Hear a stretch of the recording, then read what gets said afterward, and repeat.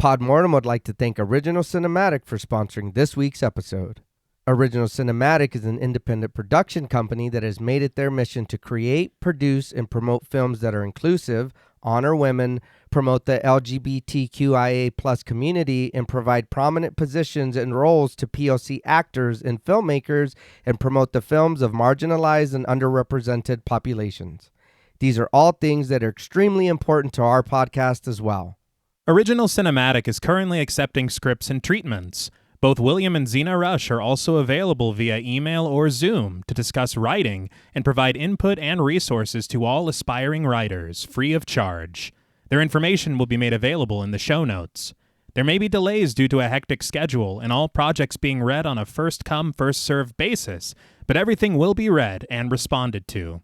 William Rush has individually produced numerous projects, including Pack is Here, Before, The Cottage, The Winemaker, and Day by Day.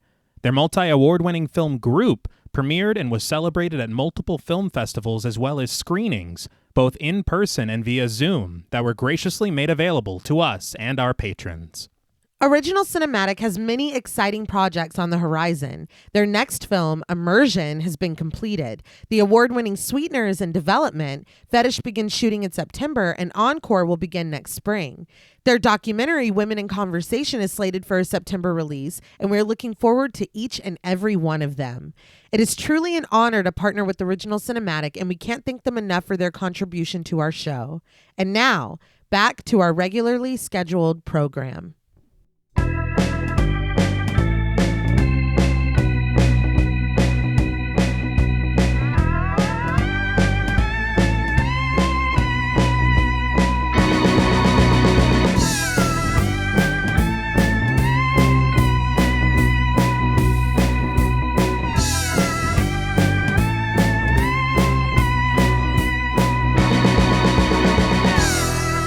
Salutations! Welcome to Pod Mortem. I'm Travis Hunter-Sayapin, joined as always by my co-hosts, my sister and my brother-in-law. Hi, I'm Reneé Hunter-Vasquez. Hi, I'm John Paul Vasquez.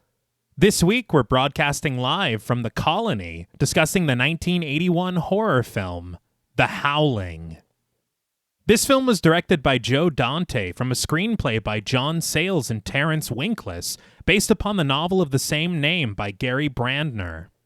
A very loose adaptation of its source material, The Howling offers audiences a modern take on a classic creature. With groundbreaking special effects, stellar cinematography, compelling performances, and biting social commentary, this film would not only become a hit with audiences and critics alike, but it would also breathe new life into its stagnant subgenre, spawn 7 sequels, and become an iconic slice of 80s horror in the 45 years since its release. This film was suggested to us by friends of the show: Brent Payne, Michael Newting, Chuck Darling, Megan M., Cookie, Beth Bauer, Kent Morton, Martin Shaw, TVR, and Tommy Norcal. We'd like to thank each and every one of them for their continued support of the show, as well as this suggestion. So, The Howling. What were your first impressions on the film? I've always seen the cover for this movie, never watched it. I know I've heard a lot of people say that they really enjoy this movie. This is obviously a first-time watch for me. There's a lot of things that I really, really enjoyed about this movie, but I also have some gripes, a little bit of gripes, here and there. I would have loved to watch this when I was a kid. When I was younger, I would have loved to see this, because the effects, there's some effects that are really, really cool. Watching it as an adult and being like, man, I really missed out on that time. I think that's where the gripes come in, because I'm looking at it from today's standards, you know what I mean? And I think I'm a little bit mixed on this movie. Like I said, I wish I'd have that nostalgia for it, because watching it, it's very of its time. It looks cool. It's like, I'm like, oh man, this is an old movie. This, you know what I mean? The feeling of it, I enjoyed, and the music was great. Oh yeah, I was digging the music. But yeah, I am. I think I have mixed feelings about this one. That's very fair. I also had never seen this before, and it is just not what I expected. No. you think of the 80s, Joe Dante, The Howling. I'm thinking this is going to be cheesy. It's going to be over the top. It's going to be kind of fun. And the way that we start this film, I could not have been more surprised. Yeah. And then the places that we go with it, it's just not at all what I was expecting. There are some silly moments. Of course, there is a very notable sequence that features a folder that I personally have not been able to stop thinking about. But with that aside, we are dealing with some pretty fucking heavy themes in this film that I just simply was not expecting. But I think that the performances, even the ones that are like over the top, like character performances, I think that they fit, like they rise to the occasion of what this is. But for me, it really is the effects. The effects are incredible. And every time that I'm like, I don't know about this, something cool would happen practically. And I'm like, all right, I'm back in. Okay, I'm here. I do agree that the music is really cool. I think that Dee Wallace does very well. She's very, I don't know, her performance is like very genuine. I just think that she does a really good job. I go back and forth as well. I will say we watched it again this morning, and I think I just understand it because there was no previous assumptions because I've already seen it. Right. So I think that I get it a little bit more, and I think that they were actually kind of doing a lot with this. It's a little bit all over the place. The setting, like, I mean, all of it is just not, it's so left field for me. Yeah. But I do think that it's fun. And I really like the ending. I don't like one of the visuals of the ending, but I really like it. There was a choice. Yeah. Let's say choice. Yeah. I do like the ending. I think the ending's really cool. I think where the story begins is really, really cool, even though we don't necessarily, I mean, we kind of stay there and we kind of abandon it. Yeah. There's a lot going on, but I think that it's fun. I totally agree that if I'd have seen this when I was younger, it would have flipped my shit. Oh, yeah. I still am very impressed by the practical effects, and I think this is a fun movie. I would revisit it. It's just when so many people requested this, so many people talk about this, and it's just not at all what I was expecting. No. I couldn't agree more with that. I honestly didn't know what to expect, and even with that going into it, this film is not what I expected. Yeah. Okay. I hadn't seen it either, and I was in the same boat as you, JP, where I've seen this art a million times. Yeah. And it is iconic and very cool, and it does kind of intrigue you to be like, what is the Howling? Right. And it is pretty funny to think about it, where you hear, this 1981 werewolf horror film with an amazing transformation sequence, and you're like, yeah, an American Werewolf in London. Yeah. And they're like, no. Not so fast. There's one more. Yeah. And it is, a lot of people requested it. I always hear about it. People sing its praises. And I do think that there is a lot to praise about it because there is a lot to enjoy. Yeah. Specifically that transformation sequence.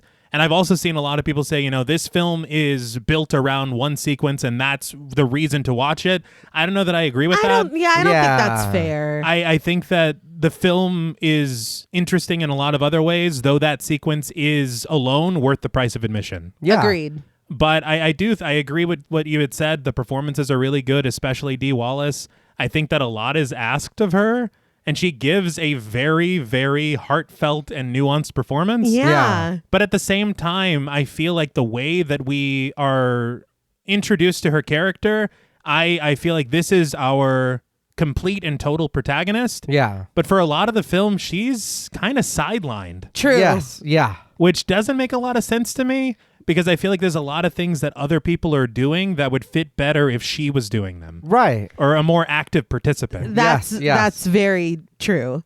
But I do agree the music is fantastic. It can be a little oddly placed sometimes. Yes, yeah. But I have a lot of fun with it because it kind of, it harkens back to my love of music in Italian horror films. But at the same time, also kind of calling back to classic creature films. Right. Because it does feel in some places befitting of what you would want to hear in like 1941's The Wolfman. Right. Which is a lot of fun. Yeah. But I don't know. I agree this one's kind of a weird one for me because I don't know that I really vibe completely with the narrative. I get what they're trying to say with a lot of the things that they do when it comes to social commentary about the media and maybe some stuff about psychology at the time. Yeah. But I also feel like maybe the setup of the film to me is more interesting than where the film goes. Okay. Because I think that I want to kind of get more into this maybe almost true crime situation in the city. Yeah. Yes. Yeah. Featuring a werewolf. Yeah. And then it's like, nah. No, Yeah. we're out in the sticks.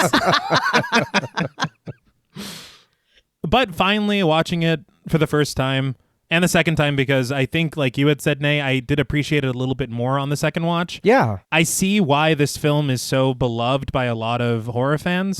And I really want to applaud the work that went into it, because this is a very low budget film for what we get on screen. Yeah. It's hard to believe how much it costs to make it, and that you can feel the passion and the love for horror and specifically werewolf subgenre through the work of Joe Dante and everything that they did here together. Yeah. But before we get into our discussion about this film, I would like to talk about how it was made. I have several sources that I'm going to be citing now and also throughout the episode, and they include an article in Cinema Fantastique, an article in the American Film Institute and Consequence, a pair of making-of featurettes called Unleashing the Beast, The Making of the Howling, and Making a Monster Inside the Howling, and lastly, the director's commentary track. Okay. So the story of The Howling begins in 1977, when Gary Brandner's pulp horror novel of the same name is published. But it isn't until a few years later, in 1980, when a copy of this novel is discovered by businessman Stephen Lane. Lane, a massive fan of Stephen King, became intrigued by the book after reading a positive blurb from King on the book's jacket. If you haven't read Gary Brandner, you're missing a treat. Okay. All right. I'm like, okay. Yeah, we all love a treat. Yeah. Not wanting to miss this treat, Lane decided to scoop it up. Okay.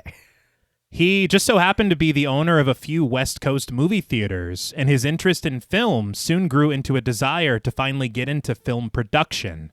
And on the strength of Brandner's novel, he figured, why not finally give it a shot? He thought, and would later admit rather naively, that he would simply buy the rights to The Howling and turn it into a film.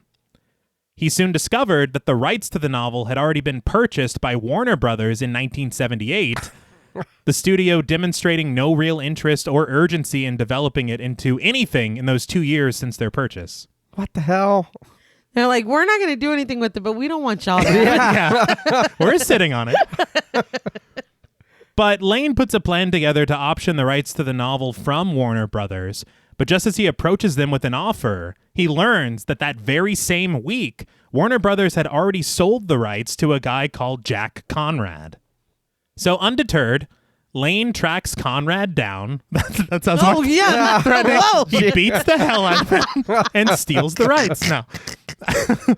Like that the rights is like a folder. Yeah. It's a bag. Whoever has it, it's like capture the flag. That's what was in that folder. Yeah, That's it. yeah. there- all right. That werewolf is like, Thank you. I'll make my own film, thanks. But no, they have very calm and peaceful discussion. And Lane finds out that Conrad's interest in the property is strictly as a filmmaker, and realizing that Conrad doesn't have much experience or understanding of the business side of things, Lane suggests that they partner up. Okay. Lane would act as the producer for Conrad, while Conrad would be the future film's screenwriter and director. The pair end up at Avco Embassy, who we recently talked about in episode 303, Phantasm. Yeah. They worked exclusively with producer Dan Blatt, with Conrad writing and rewriting a couple of drafts of the script, which were very faithful to Brandner's novel. But after working together for a very short time, Blatt determines that Conrad simply isn't ready to take on a project of this caliber, and citing creative differences, he removes him from the project as director. Damn. It's like, thank you for this. Yeah. I'm taking the folder back. Yeah. Holy shit. It's changed ownership. Yeah. I will say, and it is a shame because you always want the people that had, the beginnings of the creative process to stay through it. Of course. But one of the ideas that Conrad had, which I don't really think would have worked, is he was like, so rather than like a werewolf transformation scene, what if we just used wolves? All right. Real wolves. Yeah. Maybe you're not ready. Yeah, Blatt's like, no. Yeah. And I know that it was kind of in fashion for werewolf films at the time to feature, at least at some point, real wolves. Yeah. But we have reached an age where we don't have to do that anymore. Yeah. And Blatt saw that. Okay. But this would also pretty much end Lane's involvement in the film as well, though he would go on to produce 6 of the 7 sequels to this film. Damn. But at this point, Blatt begins his search for a new director, and he decides to call upon his friend, Mike Fennell, a film producer who just so happened to be good friends with up-and-coming director Joe Dante. And he would recommend Dante for the gig to Blatt. Dante at the time had a couple of movies under his belt and was eager for the opportunity, but he also knew the president of Avco Embassy at the time as well, Robert Rem, the pair having cut their teeth together in the film industry working for Roger Corman. And we'll talk a little bit about Roger Corman later, too. This is the key to all of this. But the project arrived at the perfect time for Dante, who was attached to direct a film at Universal that had just fallen apart. The ill-fated sequel to a well-known blockbuster that would have been called Jaws 3, People 0. Oh my God. Really? Jaws is fucking killing Yeah. The people are like, I didn't realize we were keeping score. I know. We're not doing well. It's probably a good thing that fell apart, though. Yes. Yeah. That's crazy. But after Dante is hired to direct The Howling, he's confronted with Conrad's screenplay, and he hates it. So Fennell and Blatt enlist the screenwriter Terrence Winkless to rewrite it, the script still remaining quite faithful to the source material. But the group was still dissatisfied with it, so Dante suggests bringing in the screenwriter John Sayles, who wrote the screenplay for his film Piranha in 1978. Okay. This is when everyone decides to basically throw out the novel entirely, start from scratch, and basically make the story whatever the hell they want it to be. Okay. I just think of the author. Yeah. Yeah. There was allegedly, I read in a couple of sources, a Q&A like way later in the future, and Dante was talking about how terrible he thought the novel was. And there was a guy in the crowd and he's like, wow, you really hate the novel, huh? And Dante's like, yeah. Oh my God. It was Gary Brandner, the author of the novel. That's wild. He's like, yeah, that's why we put the werewolves on jet skis. Yeah. Brought in the FBI. I will say, though, for fans of the novel, I've read that the 4th film in the franchise is basically an adaptation of the novel proper. Okay. But at this time in horror history, werewolves were kind of considered old hat, with the most recent films in the subgenre not really being anything to write home about and hearkening to older, more antiquated ways of storytelling. So rather than rely entirely on these old tropes and ideas, the filmmakers wanted to modernize the concept and tell a werewolf story befitting of the time that it was set. Having been a psychology major in college, Sayles recalled how repression was often seen as the cause of all our problems and wondered if there was no repression, and he saw the werewolf as a symbol of this, a metaphor for the id, which I think is really thoughtful. Okay. Definitely. Yeah. He also wanted to satirize the rise of self-help gurus and pop psychology of the era, too. That you can totally Yeah. feel. Yeah. And this is also something that we explored on Invasion of the Body Snatchers from 1978, Yeah. episode 145. So it's kind of a thing at the time where it's like it's emerging and a lot of people are wanting to talk about it. So we Right. got to stop these guys. Yeah, dude. This is dangerous. But even in their efforts to modernize it, they still borrowed heavily from Kurt Siodmak's lore that he established in 1941's The Wolfman, which we discussed on episode 251. Mm-hmm. But they also established their own lore, doing away with certain aspects of Siodmak's ideas that kind of didn't fit very well with the story that they were trying to tell. And I will say, it does work for the story that they're telling, but it is a little odd for a certain symbol to not really matter at all Yes. in this film. I think that again, I've said multiple times how unexpected this film and aspects of it was to me. That is probably the biggest shock of all, was that this thing that is synonymous with this creature has nothing to do at all with this creature in this film. That's what I'm saying. There's some things that work and some things I'm just like, I don't. I think it's very interesting to kind of, go your own way, so to speak, with that. But at the same time, it's like, but I love that thing. Yeah, I know. And we do get shots of it, but it's really just for atmosphere. Yes. Right. But on a $1.5 million budget, the film would be shot over the course of 28 days with 4 days of reshoots in and around Los Angeles. But when it came time to market the film, Dante didn't want to give away to the audience that it was a werewolf picture. Well, why? Yeah. I think he wanted it to be a surprise. It's called The I Howling. was going to say, but it's, It could be a scream. The original poster of the film featured a half-naked woman who was half person, half wolf, and so he was like, that's the opposite of what we're trying to do. But this would be reworked into the iconic poster that we now have of a woman screaming behind a slashed open sheet.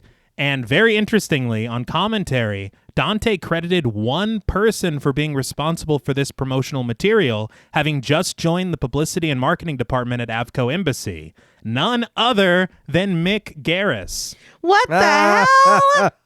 That was wild. That's really cool. And it is funny, like you're saying, of course, the film is called The Howling. It's like someone's going to suspect something. Someone's going to suspect it. But on the other hand, I understand like wanting the film to speak for itself and not somebody hearing it's a werewolf movie and being like, oh, whatever. You know what I mean? It's like, just watch it and see what you think. Yeah. Let us surprise you instead of you already thinking it's going to suck because you don't like werewolves. Right. You know what I mean? And they did kind of market it, at least through the trailer, almost like a crime film. Okay. Right. Which would have been really cool. But what I will say is if I didn't know going into it that this was a werewolf movie and it starts the way that it starts, that would have been a huge surprise, and that honestly would have been pretty fucking cool for the reveal. But that's all that I did know. Going in. It was a werewolf movie. And one thing I will say is that in the European marketing for the film, the poster exists mostly the same, but instead of a woman's face, it is the fucking snout of a werewolf. Okay. So they didn't get the surprise. No. But the film would be released in March of 1981, earning the praise of critics and audiences alike and becoming a box office success. It made an estimated $18 to $20 million against its $1.5 million budget. Damn. Surprisingly, though, Dante only made $1,000 for directing this picture. And while working on his next project at Avco Embassy, the studio would be sold and this project would be scrapped. So he was kind of in a weird limbo after the making of this film. But one massive fan of The Howling was none other than my good friend, Steven Allen Spielberg. Okay. And it was on the strength of The Howling and its box office success that Dante would find himself in the director's chair for Gremlins. Okay. But along with An American Werewolf in London, which was released only 5 months later, The Howling is often credited with revitalizing the werewolf subgenre, redefining it, and bringing it into the modern age. Which is great. Yeah. It is. Yes. I don't have an ending. Now, before we sink our teeth into this film, we would like to issue a warning for spoilers. Mortem is a very in-depth podcast, and in thoroughly discussing horror films, we have no choice but to spoil a thing or two. If you don't wish to be spoiled, please go watch the film, then come back and enjoy the show. If you've already seen the film or don't care about spoilers, let's howl at the moon. So the film begins with sharp slashes sliced through darkness, as if tearing crimson wounds through flesh, and to the accompaniment of an eerie score of synth, we pull back sharply, revealing the title of the film in rough red against the black background. The Howling. So this was cool. Yeah. I had read that apparently this was what they had used for the marketing of the film, and they had intended to do more of a title sequence that would be completely different from it, but the producer was like, this is kind of awesome, and it will save us a lot of money if we just reuse it. Yeah. And so they did. Yeah. An unseen wolf lets loose with its signature howl, which echoes over the understated score, until suddenly the title shatters right in front of us, shards of glass exploding in our direction to a flourish of suspenseful strings. The opening credits continue as we press into the sizzling snow of television static, the chatter of various voices overlapping, with the listener only able to pick up a few cryptic non sequiturs. A recent string of fatal attacks. She's ours now. The public is dying to see her. Why must he kill? The voice of an uncredited announcer then cuts in through the cacophonous haze, plugging the appearance of best-selling author Dr. George Wagner on a special edition of a nightly chat show called Perspectives. And through a mix of indiscernible mutterings, including the sound of a feminine voice setting up a meeting with someone called Eddie, the broadcast returns properly through static, and we settle in on the aforementioned episode of Perspectives, where we meet Dr. George Wagner, played by Patrick Reneé, who sits distinguished in his seat, declaring repression to be the father of neurosis and self-hatred. Patrick Reneé, he was in The Avengers from 61 to 69, 161 episodes. Damn. Super Force from 90 to 92, 48 episodes of that. A View to a Kill in 85, and This Is Spinal Tap in 84. Hey! Very cool. I will say this begins a trend of character names throughout the entire film. Dr. George Wagner is named after George Wagner, the director of 1941's The Wolfman. Okay. That's great. Yeah. But we then hover just above the face of Eddie Quist, played by Robert Picardo, whose weary eyes barely widen as he awakens, the shadows of his dingy apartment cast across him from the low light of the television across the cluttered living room. Robert Picardo, he was in Back to School in 86, Munchies in 87, Gremlins 2, The New Batch in 90, and The Page Master in 94. Hey! We really got to get back into The Page Master? Gremlins. Oh. Gremlins. Yes. Sure. Yeah. Sure. Whatever. I just wanted to say how elevated, because he was a stage actor. Yeah. How his performance is pitch perfect to me. Yeah. In every scene that he's in, I think he fucking kills it. Yeah. And I think he's used just enough. He has such a presence that when he's not there, he does become like this shadow Yeah. over the Yeah. film. He is just so good. And in a scene that's coming up, like his voice, everything, he's very chilling. Yeah. Like he's very, very good in this. Flies buzz around as we set our sights on torn scraps of paper pinned to the adjacent wall, among other scribbles and sketches, boasting such headlines as "Piece of Transient's Scalp Clung to the Tire Iron," and "Weird Case of the Murdering Messiah." But Dr. Wagner's voice emanates from the television, and we see him in a washed-out blue within the small screen, sitting casual across from the uncredited host of Perspectives, who smiles warmly as her guest waxes on. Stress results when we fight against our impulses. Wagner reminds the audience of such concepts as animal magnetism, the natural man, the noble savage, uncertain, as some might claim, that we've lost something valuable in our long evolution into civilized human beings. And now, we dwell within the television studio, pressing in past the attentive crew and their equipment, and over to the small set where Wagner and the host rest beneath a patterned auburn backdrop, the doctor explaining that there's a good reason for this line of thinking. He says that man is a combination of the learned and the instinctual, of the sophisticated and the primitive. He suggests that we should never try to deny the beast, the animal, within us. It's a very interesting choice of Yeah. words. It's like he's priming us for something. Yeah. I will say, because of the low budget of this film, they didn't build a lot of sets for it. And so instead of constructing a new studio, they used the real studios at Channel 58 in Huntington Beach. Okay. That's cool. Oh, yeah. And so you're watching and you're like, this looks like it does. It is. Yeah. It actually is. But in the control room, a small crew sits parked before a wall of bright monitors, and the uncredited director guides an uncredited technical director to cut to a different camera angle. But behind them stands Fred Francis, the station manager played by Kevin McCarthy, who clutches his glasses tightly in his hand, with his focus far from the live broadcast in front of him. Kevin McCarthy, we talked about him in the Twilight Zone movie in 83. Also, Invasion of the Body Snatchers, 56. Right. Yeah. He has a cameo in the 78 one, He too. does. I feel like he is... The character is terrible. Oh Yeah. my Yeah, God. But he's a great actor, and you can tell he's having a lot of fun being an asshole. Yeah. Yes.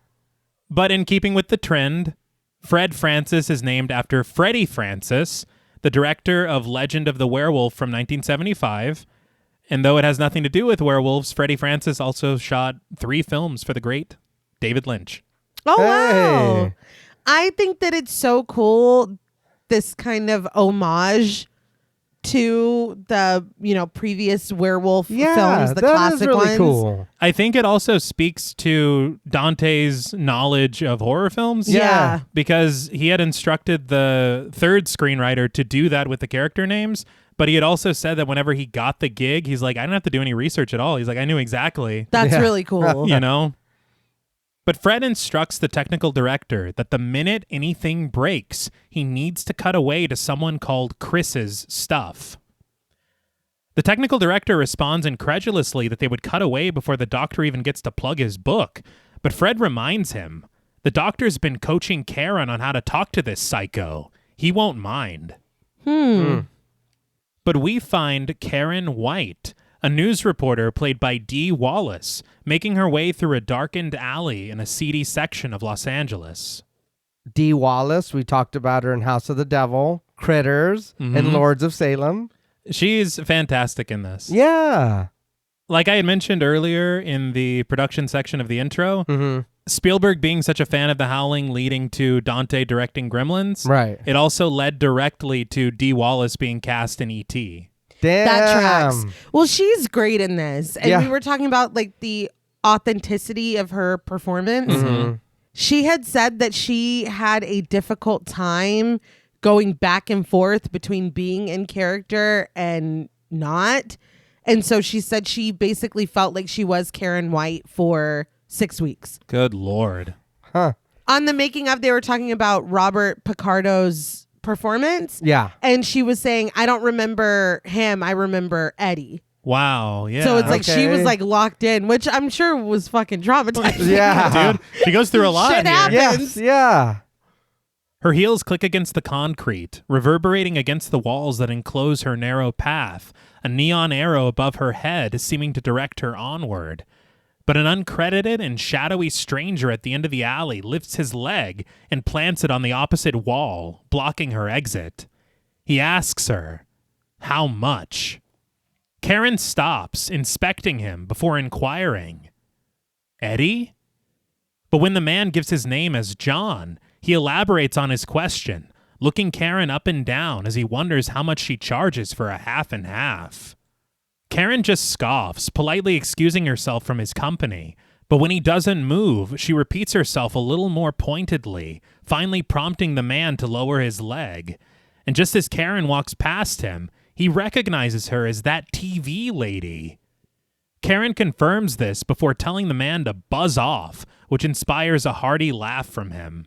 I was like, fuck off, Yeah. dude. The blocking her way? Yeah. Jesus. Wild. It's like, but can I get an autograph? Yeah. Hold on. I'm actually a huge fan. But back at the station, sitting on the edge of a desk in the editing bay, is Bill Neal, Karen's husband, played by Christopher Stone, who gazes up at a pair of monitors broadcasting the same grisly image. Christopher Stone. He did Cujo in 83. He did 75 episodes of Days of Our Lives from 87 to 94. Damn. And he was also in The Invisible Mom in 96 with Dee Wallace as well. Aw. Well, that tracks because Dee Wallace said when they were trying to cast for the character of Bill, they couldn't find anyone they liked. And she and Christopher Stone were engaged at the time. Okay. They would go on to be married. And I think they stayed married until sadly he passed away. Oh, wow. But she said that she knew if she was like, my fiance would be great for this, they would say no. And so she was like, I know, I heard about this guy, Christopher something, Christopher Stone. I think he'd be really good for this. So he went in and he read, I think they said with Blatt, on his own, got the job on his own. And then when they called to tell him that he had gotten the job, they called their house and Dee Wallace answered the phone. And they were, I think it was Blatt, was like, I'm sorry. I must have been thinking about you. I was trying to call Christopher Stone. And she's like, no, you did. And he's like, don't tell me. And she was like, yeah, we are. And so she said he was afraid they were going to gang up on him. And she's like, we're not going to gang up on you. And you'll only have to rent one trailer for the both of us. Hey, there you go. So I thought that was so cute. Yeah. And how smart of her to be like, oh, there's this dude or whatever. Like, So I'll call him. yeah. But he's good in this too. I mean, the performance is Yes. Right. Yeah. I got some notes on the character. Yeah. Once more, keeping with the naming trend, Bill Neal is named after R. William Neal, who directed Frankenstein Meets the Wolfman in 1943. Very good. Hell yeah. The title of that always made me laugh because it's so casual. Meets. Yeah, well, Like for coffee. well, they've never met each other. no, it's good you know? to meet other monsters. Yeah. Networking. But on the small screens, we see the lifeless body of a woman, her limbs splayed across the asphalt as she's surrounded by crime scene personnel. Bill can't help but grimace, wondering aloud if Karen saw this. Chris Howard, a producer played by Dennis Dugan, who sits at Bill's right, answers that she has. Dennis Dugan, he was in Parenthood in 89, Happy Gilmore in 96, The Benchwarmers in 06, and Grown Ups 2 in 2013. Okay. Wow. Okay. A lot of Sandler going Yeah. on. You know who he looked like to me to the point where it was kind of distracting me? Because obviously I know that it's not him because, you know, time and age or Yeah. whatever. But he looks a lot like dude from Cabin in the Woods, Fran Kranz. Oh, I Doesn't gotcha. he look like him I could see. in the face? Yeah, okay. It's like doppelganger. Mm. But no, he's his own man. Right. Okay. Why do we get so serious? I don't know. But Bill is dismayed to learn that Karen has seen this, noting that she never mentioned anything to him about seeing any of the victims. Chris supposes that she just didn't want to worry him. But as Bill watches the body on screen get wrapped within a white sheet and loaded into the back of a coroner's van, he can't help but admit that he is worried. But out on the streets, Karen finds her way to a phone booth, folding open its door. But when she steps inside, she notices something just above the telephone box, a bright yellow smiley face sticker.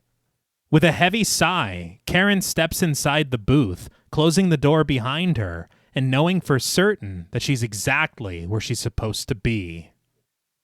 So on that featurette, Dante talked about these smiley face stickers, and it was funny because he described them as something brand new at the time, and you don't think about them having to be created. Oh, Yeah. wow. But he had said that to him and most of the crew, as well as the screenwriter, they found them to be nauseating, and he wanted to put them in their place, which sounds really extreme. But he said that that's why they decided to make this the emblem of a serial killer. Okay. It's creepy as hell. Okay. It is. I think it works. Yeah, just why did whoever is this killer choose this? He's a happy guy. He's had He's a member of the Watchmen. all right. There you go. I accept that. There Yes. you go. But the small interior light switches on overhead as Karen announces over her wire that this is the jackpot. She wrings her hands nervously, peering out of the booth's window to spy the nearby street signs, sharing that she's on Western between Ivory and DeLongpre. Her voice sounds through the speakers in another control room at the TV station, her words becoming garbled and indecipherable. The guy manning the radio, played by Joe Bratcher, admits that he doesn't like that interference.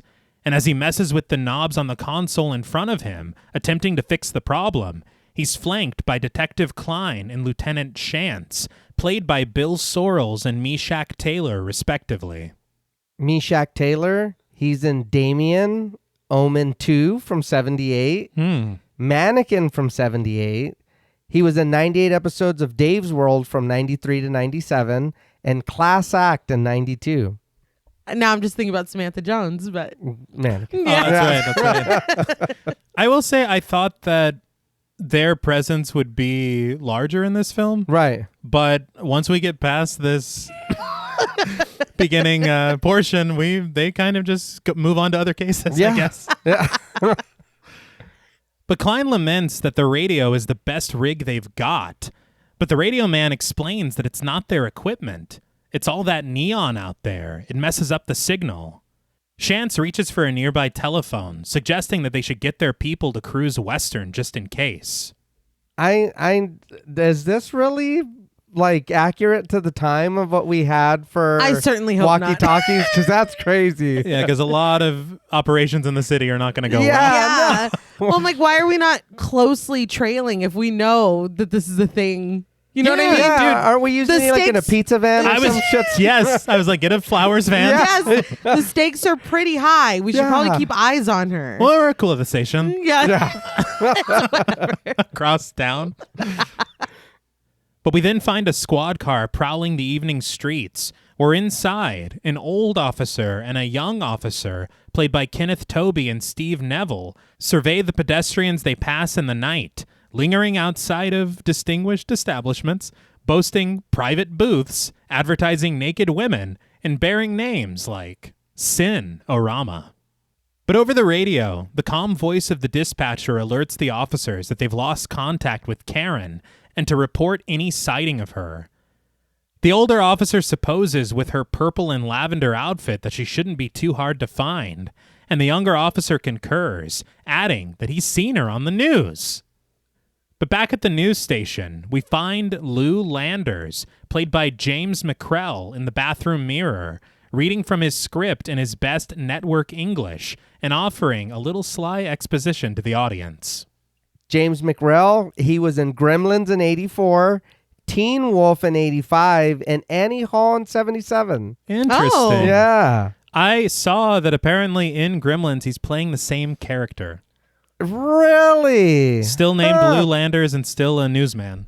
That's really cool. Okay. Some continuity in the universe. That's cool. But Lou Landers is named after Lou Landers, the director of Return of the Vampire in 1943, which despite its title is very werewolf heavy. Oh. Okay. He returns as a werewolf. Oh, God. But Lou announces, weeks ago, when Update News reporter Karen White began receiving calls from a mysterious stranger who identified himself only as Eddie, the KDHB news team. He stops himself. No. The KDHB news team. It's like, all right. Began working with the local police to link Eddie to a recent string of... But before he can continue, Lou is interrupted by the arriving Bill, who joins him at the sink to wash his hands. Lou adjusts his tie, slipping into his natural southern accent to greet Bill. That made me laugh. Yeah. Bill doesn't answer, however, just splashing his face with cold water as Lou finds the words. That's a brave little old girl you got there. Bill merely offers a look of disdain as he reaches past Lou for the paper towels to dry his face and hands. After crumpling them up, he exits the bathroom without a word, leaving Lou to return to his practice. This reminds me of, you remember the news blooper where the guy swallowed the bug? Yes. That's just what I was thinking. It's all for show. Like, nobody talks like that. No, and I don't why understand do we it. demand that? Like, why is that the standard? Nobody speaks that way, which is really funny. But this begins, and it happens again in a second. All of these men are talking to Bill like Karen is his daughter. Yeah, that's what was weird. It did feel weird a little like that. Yeah. That is a little puzzling. I don't understand that either. But I do think he's doing his best to give a compliment. I know Bill is worried. Yeah. He could at least say thank you or something. No, I'd be like, don't fucking talk to me. Like, I gotta keep my head in the game. Are you kidding? I'd be out in the fucking neon district or wherever Karen is right now. There's no way. Yeah. There's no way. Yeah. It is kind of wild that he doesn't even suggest. He's like, we'll get a cup of coffee. He's we'll like, stay it here. is kind of scary out there. Yeah. She is a brave little girl. But Bill enters the room with Klein and Chance, followed close behind by Terry Fisher, a production assistant played by Belinda Belaski, who brings a cup of coffee to the radio man. Belinda Belaski, she was in Piranha in 78. She was also in Gremlins in 84 and Small Soldiers in 98. I love this like core of Joe Dante actors. I know that we all love when directors do that. But he had said that he first saw her in Cannonball, and that's why he wanted her for Piranha. And so when they were thinking of this character of Terry, she was the first one that came to mind. Okay. I think she does really good. Yeah. Me too. And I honestly feel like there is a section of the film where what she is doing is 10 times more interesting than what the lead is doing. Yeah. And yes. it's kind of a bummer. It is. Plus, she's in a really great scene with a folder. We're teasing it. Yeah. Get ready. Get ready, guys. Once more, though, Terry Fisher is named after Terrence Fisher, the director of The Curse of the Wolfman from 1961. Very cool. But over her wire in the phone booth, a nervous Karen glances over her shoulder to discover a man standing just outside the entrance of the booth, and she relays this information over the radio. But no one seems to take note of it, especially not the lieutenant or the detective, who are preoccupied by Terry, who introduces the two officers to Bill, sharing that he's Karen's husband. Chance rises from his seat to shake Bill's hand, declaring, "You got a brave young lady there." Mr. White, he says. It's funny because I didn't even catch it until now. It's the best of intentions. It is. It just is. It comes off very odd. It does. Bill is grateful to hear this, but he corrects the men that his surname is Neal and that Karen uses her maiden name professionally. It's like, we didn't ask for your life story. Yeah. You couldn't take one Mr. White? Like, No. goddamn. Not once. But Klein seems to recognize Bill with great wonder from his playing days at Stanford University, announcing to his superior that this is Knockdown Neal. I would love for that to come up Yeah, I know. at some point. Like, it's the bulldozer. But again, it's not like he has any prowess later on or like. Not one werewolf was tackled in the making of this feature. And I feel like it's a missed opportunity. Yeah. That's so true. Yeah. Well, one werewolf is taken to the ground, Well, yeah. we will say. But it's a different way. That doesn't at all call upon his experience. But Terry leans in over the radio man's shoulder to see how things are going. And in a low voice, he answers that he hasn't heard a clean word from Karen in about 15 minutes.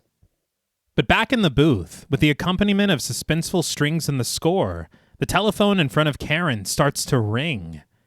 She steels herself with a sharp exhale before lifting the receiver to her ear, and everyone gathers around the radio to listen in when they hear her soft hello through the speaker. Karen implores Eddie to talk to her, sure that it's him on the other end, and when asked, she assures him that she's alone. In a tight shot of his mouth pressed to the phone in his dim and dingy apartment, Eddie asks Karen if she's wearing what he asked her to, and he licks his lips in delight when he learns that she is. But static overtakes the speakers in the control room, Bill growing increasingly uneasy that he can't hear his wife's conversation with this mysterious man. And try as he might, the radio man can't solve the issue or fix the frequency, fearing that they've lost her for good. Bill exchanges worried glances with Terry before repeating, "Lost her?"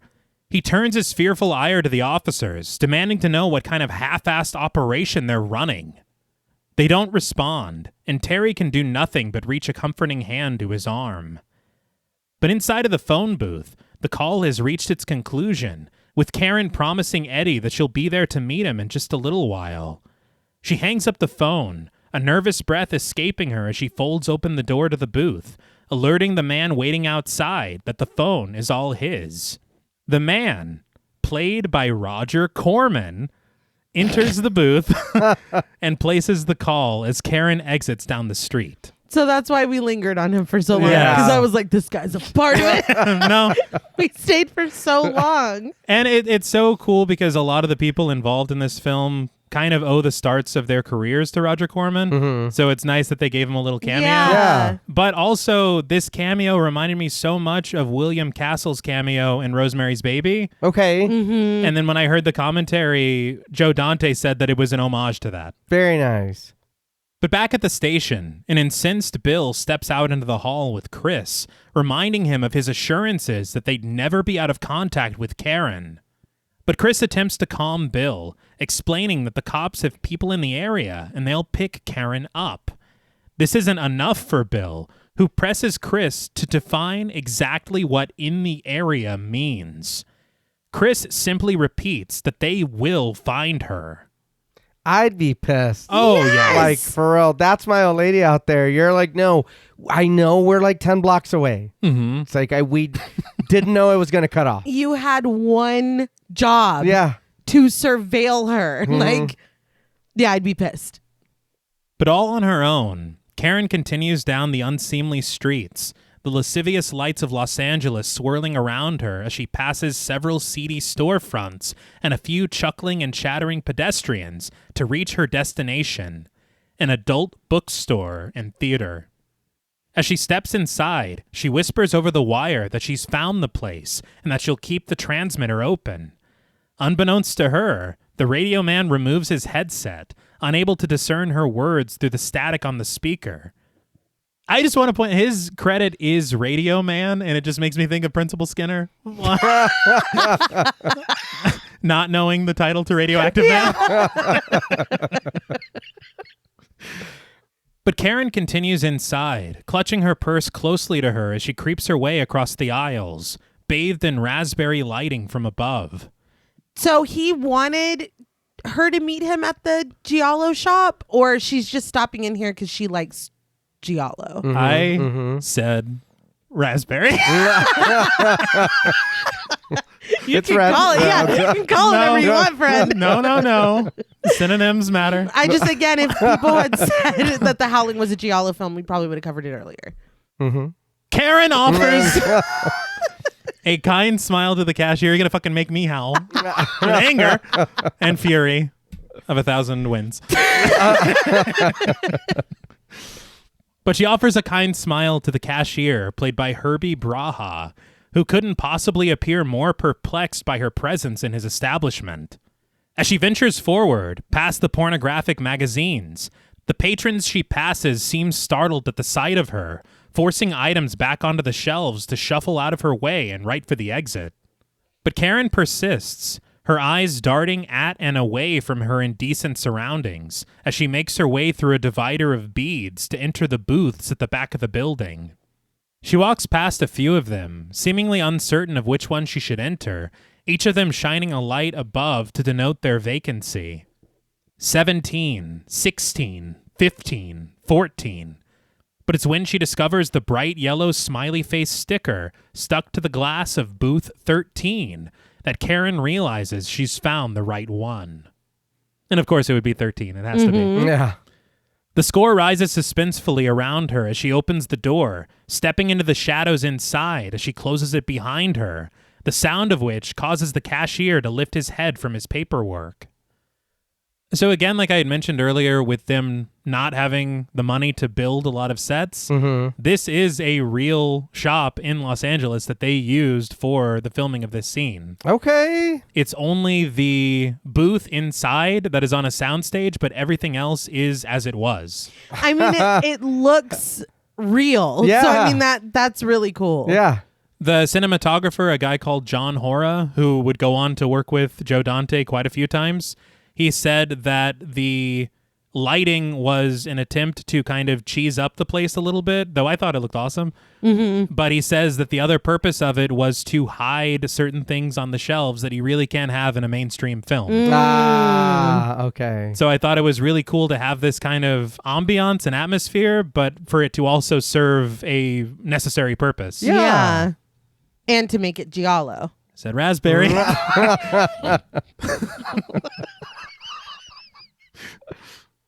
But once inside the booth, Karen takes an unsettled seat at the center of the room. A hand then reaches out from the darkness to drop a coin into the projector, which flickers to life, illuminating a pornographic film against the far wall, simply titled Gangbang. As masked men hold a woman onto a bed on screen, tearing her free from her clothing, Karen keeps her eyes forward, and with a soft voice, she greets the man she agreed to meet, who she knows is standing right behind her. This is terrifying. Yes. Yeah. This entire, I guess chose this meeting spot or whatever, and the tone he has chosen to set. I was unnerved. I mean, the atmosphere of it really does lend to what we feel from this conversation and dynamic between them. Yeah. Because it is very frightening and unsettling. But you're right. It is like you could have picked anywhere. And you started the projector. Yes. Yeah. Yeah. No, it's intentional. Yeah. Very scary. I do want to say that this film that we see on this projector is not a real pornographic film. Okay. It was actually created by Joe Dante. Oh, wow. And it was shot in his garage on 16 millimeter with a trio of actors. They actually shot 2 of these just in case, depending on which one they wanted to use. I think the other one was on top of a car. Mm-hmm. But he had said that you would think that it would be a lot of fun to shoot something like this. You would think that? I was like, if it's just hardcore, then okay. But this is like what, smut or like? I feel like it's terrible what's happening on screen. No, that's what I'm saying. Yeah. This is not. If he would have worded that a little bit differently. Yeah. It's like I thought it was going to be a blast. Yeah, it's like, but it was really uncomfortable. Well, you did the backside of it. Yeah. Joe. These are the worst. Yeah. But he had said that they scuffed up the film and they actually drug it from the back of a truck to make it look like it had been run through the projector a million times. It does. It looks grainy. Like I almost thought it was a real. You're thinking snuff. Yes. You're thinking snuff. That's what it feels like. I don't know. I guess the 70s wouldn't be vintage in 81, but it feels like one of those old, like worn down. But yeah, I mean, mission accomplished. Eddie whispers to Karen that he knew she would come, and he notes that the two of them have a lot to talk about. But when Karen tries to turn around, Eddie reaches his hands for her shoulders, forcing her to face forward and watch the film.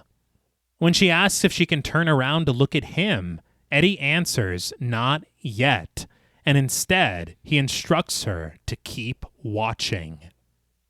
Outside, the young and old officers are canvassing the area, questioning a sex worker played by Serena C. Grant, who tells them that Karen just asked her for directions a couple minutes ago. The pair press onward on their search. But back at the news station, Bill, Terry, and Chris have joined Fred in the control room, watching the monitors as Dr. Wagner continues his diatribe on the set of Perspectives. As the director prompts the technical director on angles and compositions, an impatient Bill stands despondent with no news on the whereabouts of his wife. This is infuriating. Have you ever had like you get bad news or you've lost something or like you're having an internal crisis and everyone around you is just business as usual because they're not experiencing it? Yes. Yeah. That is the you've lost touch or surveillance or whatever with my wife. She's meeting a man who's been stalking her. Mm-hmm. She could be being murdered right now. Mm-hmm. And you're talking about, we'll switch to camera 2 or whatever. I would burn the fucking studio down. Like, well, you be quiet. We got a job to do here. I'm just like, how are you worried about camera angles? That would drive me insane. But even worse, Fred acknowledges this very dryly. Waiting's tough. I would punch him in the mouth. Yeah.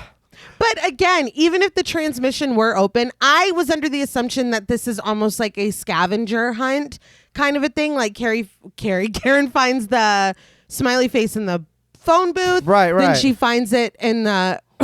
No, I'm just laughing because I think you're thinking about Carrie because you were thinking about Samantha earlier. Yeah. Let's just watch Sex in the City instead, guys. But please continue. She finds the sticker at the little porn booth or whatever. I didn't realize he was going to be in this booth with her. Mm-hmm. Yeah. So I'm like, even if the transmission was still open and they still were listening, this is still dangerous as fuck. Yeah. He could kill her. He could pull out a gun and shoot her in the head. Yep. She's gone. Mm-hmm. Like, I mean, this is still such a fucking dangerous little... I guess that's why they're like, you got a brave little girl there. Yeah. Yeah. It's like, dude, this- They weren't going to do it. No. I feel like this was never a good idea. It honestly is wild that there isn't an undercover officer just tracing and trailing her. Yeah. Yes. Like keeping a proper distance, but around. Right. Like that Roger Corman. That should have been Roger Corman. Yes. Out of the phone booth, it doesn't matter that, you won't think that it's somebody else. And fucking Eddie doesn't have a cell phone. He's not waiting out there watching. Yeah, no shit. Every step of the Yeah. way, there should have been someone there.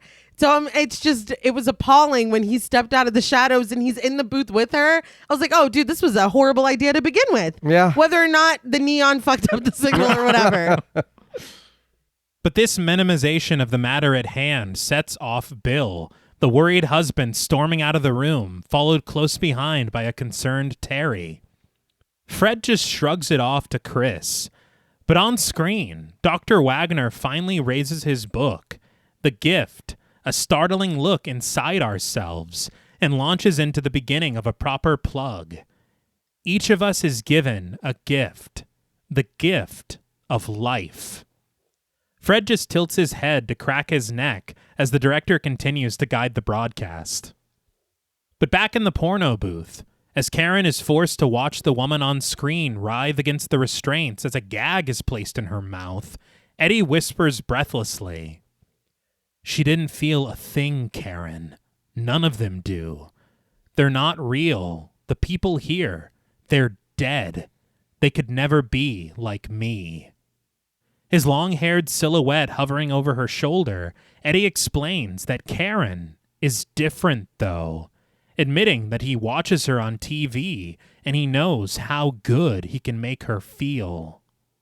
As the woman on screen is taken advantage of by one of the masked men, Eddie adds, "I'm gonna light up your whole body, Karen." The light of the projector dances across Karen's skin as Eddie unhands her, slinking deeper into the shadows as his breathing becomes rapid. His voice grows thicker and heavier as he rasps, "Turn around, Karen. I want to give you something." Karen turns her head slowly to face him, her eyes growing wide as Eddie creeps his way through the haze and the flickering light. Though we don't see him, Karen does. A sharp sound of fright stifled within her throat as she shudders a gasp. I thought this was so smart. Mm-hmm. Yes. Don't show us anything. Yeah. Yes. But the young and old officer have arrived at the counter, the cashier answering their inquiries. He tells them, Yeah, there's a broad that came in here. He says she emptied the whole place out and that she's in that booth right now watching movies. I don't cleared it out. Well, they all left, I think, embarrassed when she arrived. Yeah, but we're all here for the same reason. She's trying to get her freak on Yeah, too yeah. for as much as they know. Yeah, what is she, your mom? Like, Yeah, that was an odd reaction. You're a grown-ass man. yeah. It's like, oh, I got to get out of here. We're all minding our own business. Right. Just, how do you do, ma'am? And then move along. Yes. That's it. Oh, or shit, what if they're like, she's that news lady. She's Oh, yeah. she's going to do an expose. She said, why don't you have a seat? But almost on cue, as Eddie swoops upon her, Karen's cries are finally freed from her, echoing through the aisles and alerting the officers to her plight and presence. They rush through the hanging beads for booth 13, the young officer firing blindly through the door, round after round, as Karen cowers from the bullets, crawling away on the floor. I was going to say, to be clear, the room that Karen is currently inside. Yes. Yeah. We're just going to fire right in there. Mm-hmm. Okay. Now you got a lawsuit on your hands. Absolutely. Yeah. Though Karen is able to avoid the path of the bullets, Eddie isn't so lucky. And as Karen trembles with a sob with her back against the wall, Eddie collapses to the floor with a roar, his blood mingling with the shattered glass that now decorates the tiles. The older officer can only mutter, "Oh my God, Jesus Christ," as he forces his shaking subordinate to lower his firearm. The cashier rushes through the aisle to join them, and at the sight of the blood and the body, he can't help but lament. "I knew I shouldn't have let that broad back here." What? Yeah. He's terrible, but he's trying to inject a little humor into the proceedings because what happened was very dark. Yeah. Well, I will say that Joe Dante said, I think it was on the commentary track, that if you don't inject humor into certain places in your horror film, the audience is going to find it in the wrong places. And so he put moments like this in as kind of a release so that they're not laughing later at other things. That is so fair. Because Yeah. have you ever gone to the theater to see a horror movie and something Yes. disturbing is happening and people are laughing? Yeah. That shit lights me the fuck up. It's like, you're all scared. You know it. Grow up. Sit in your fear. Don't fucking laugh. But Fred and the crew now watch from the control room as a news camera finds Karen through the aisles of the store, now safe in the arriving Bill's embrace as he guides her outside.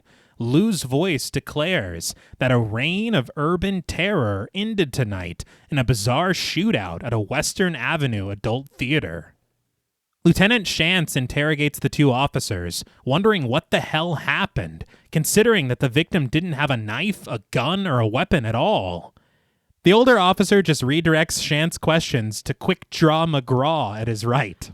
damn, that was wild as fuck. Sold him Yeah. out. But he should be sold out. That's Yeah, he crazy. should. Yeah. Yes. Yeah. Lou continues that the assailant died in an attempted assault of KDHB anchorwoman Karen White, who had been receiving calls from him in connection with a recent series of brutal murders in the downtown area. Bill meets Chris outside, helping to settle a very vacant Karen into a seat, just across from where Eddie's body is being loaded into an ambulance, which probably isn't good. No. This just begins a disturbing trend of people being like, she's fine. Yeah. This was so traumatizing. As the flashbulb of a camera captures Karen's attention, Chris shares that he talked Fred out of putting her on camera tonight. Bill sneers. "That was big of you." That's infuriating. Yeah. But he's like, I talked him out of it. Yeah. Yeah. No. That was big of me. But I think that, of course, this is a definite commentary on the whole if it bleeds, it leads style. Yeah. Yeah. Because they immediately forced a camera right into her face, a live camera. Yeah. But Chris kneels at Karen's side, asking for her story of what happened in there. He asks for it in her own words, nothing newsy. As Karen peers through weary eyes at the crowd gathered around her, their eyes set on her, either through perception or actually in reality, Karen admits that she doesn't know what happened in there. She doesn't remember. The camera pans past Karen and into the blur behind her, suddenly refocusing to set upon the mantle of the fireplace at her and Bill's house, hovering over various college football trophies and a framed photo of the pair at their wedding that rests on the edge of the shelf. And this was a real wedding photo of the two of them. Oh, I love Okay. it. But we pull back to find Karen curled up in the fetal position on the couch in a bright blue gown, deep in sleep, but her brows knitted in fear at the images finding her beneath her eyelids. I did really like that transition to the house from the street. Yeah. Thought that was pretty cool. But the score pulses tensely as the images arrive. The smiley face sticker on the box in the phone booth, the woman in peril in the pornographic film, Eddie's silhouette shuddering and growling beneath the burning light of the projector. Karen shrieks herself awake, pleading for him to get off of her, begging for her life, until Bill rushes to her side, clutching her arms in the light of day and soothing her sobs. Karen finally returns to herself, crying that she didn't see him. She turned around, but she didn't see him. She pulls herself up by Bill's sweater, settling into her husband's embrace as she bursts into tears in his comforting arms. She's fucking traumatized. Yeah. It's terrible. I do like these little vignettes of these nightmares, the way that they flash so quickly, and they do recall things that we saw, but then at some points they elaborate on them in really terrifying ways. Yeah. Like, we didn't see Eddie acting like that No. Right. beneath the light, and to see him, these are like really well done and frightful images. Yes. But elsewhere in the city, we glide past a grimy green apartment building, where inside, Terry and Chris are directed to apartment 27 by an uncredited landlady. Terry thanks her, and as the pair continue down the stairs together, Chris wonders if their contact said anything else to Terry. Terry says that he didn't, just that he worked with a kid named Eddie that he thought lived in this building, and also that Eddie hated washing dishes. Chris wonders who doesn't, which is fair. I mean, I think we can all agree on that in these trying times. It's not just Eddie. No. A passing tenant offers a burp in either agreement or rebuttal. It's unclear. But upon reaching apartment 27, Terry opens the door. We wait on the other side, the walls littered with drawings and newspaper clippings. One sketch, possibly of a werewolf in the midst of a painful transformation. We don't know yet. Subjective. Yeah. Yes, art is subjective. But we pan over all of them, each headline more macabre than the last, and the sketches of varying depth and detail. One headline says, "Death by man-eating piranhas," which has to be a cheeky reference. Has to be. And there's also a newspaper that says, "Slasher haunts L.A. Skid Row," which was a real newspaper that they found and used. Holy shit. Wow. But surveying the area, Terry can't help but comment, "Charming," to which Chris sarcastically concurs. But the camera settles on the sketch of what appears to be a woman, her face shaded roughly. Perhaps because it's covered in hair, I'm not sure. Just saying. We don't know yet. Yeah, we don't know. Not at all. As flies buzz around them, Terry attempts to wave the stench away, but supposes that Eddie was just your average red-blooded all-American boy. But as she kneels down to inspect an animal skull that sits balanced on the windowsill, a large dog leaps up at her from outside, snarling furiously in the tight shot, but appearing quite docile in the wide. Yeah. Either way, Terry hurls a sheet of paper at him, shouting for him to get out of here, and the mutt makes the hasty exit. Might be a little moment of foreshadowing. Yeah. Which But- one? The docile dog? Yeah. The mad dog. Okay. Chris just chuckles, and Terry places a hand over her heart to collect herself before returning to the animal skull. Chris inspects a few drawings, which he holds beneath a hanging chime made of an aluminum can and an assortment of bones, noting that Dr. Wagner is going to have a field day with these. So it should surprise no one that the art director of this film was a guy called Robert A. Burns. This room and one cabin in particular that we'll find later, he was the art director for Texas Chainsaw Massacre. Oh. Okay. All right, yeah. And you see that work so Yes. well in this film too. That makes sense. Okay. But among the clutter, Terry finds a drawing of Karen, directing Chris's attention to it. He assesses that it isn't bad and that the kid had talent. And Terry retorts that he could have designed the Marquis de Sade coloring book. But as she glances around the room, Terry's eyes are drawn to several werewolf-like drawings that stand out to her on the walls, and she realizes that they should probably call the cops. Yeah, well, you guys are also touching shit. Yes! You broke in here. You're tainting evidence. Yeah. I just don't understand. You're chasing a dog around. Chris answers that they'll call eventually, but he then finds something else behind the television. Another drawing. A beautiful view of the ocean from the edge of a cliff.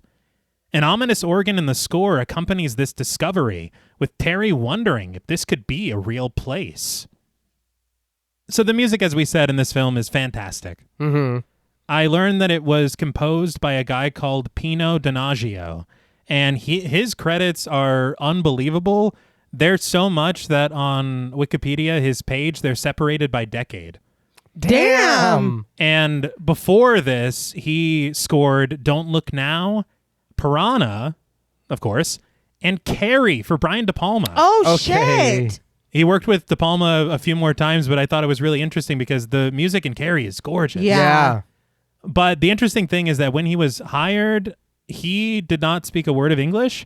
And so when he was flown in from Italy for the meeting, they decided to bring in their friend Paul Bartel, who was a film director as well, who spoke Spanish.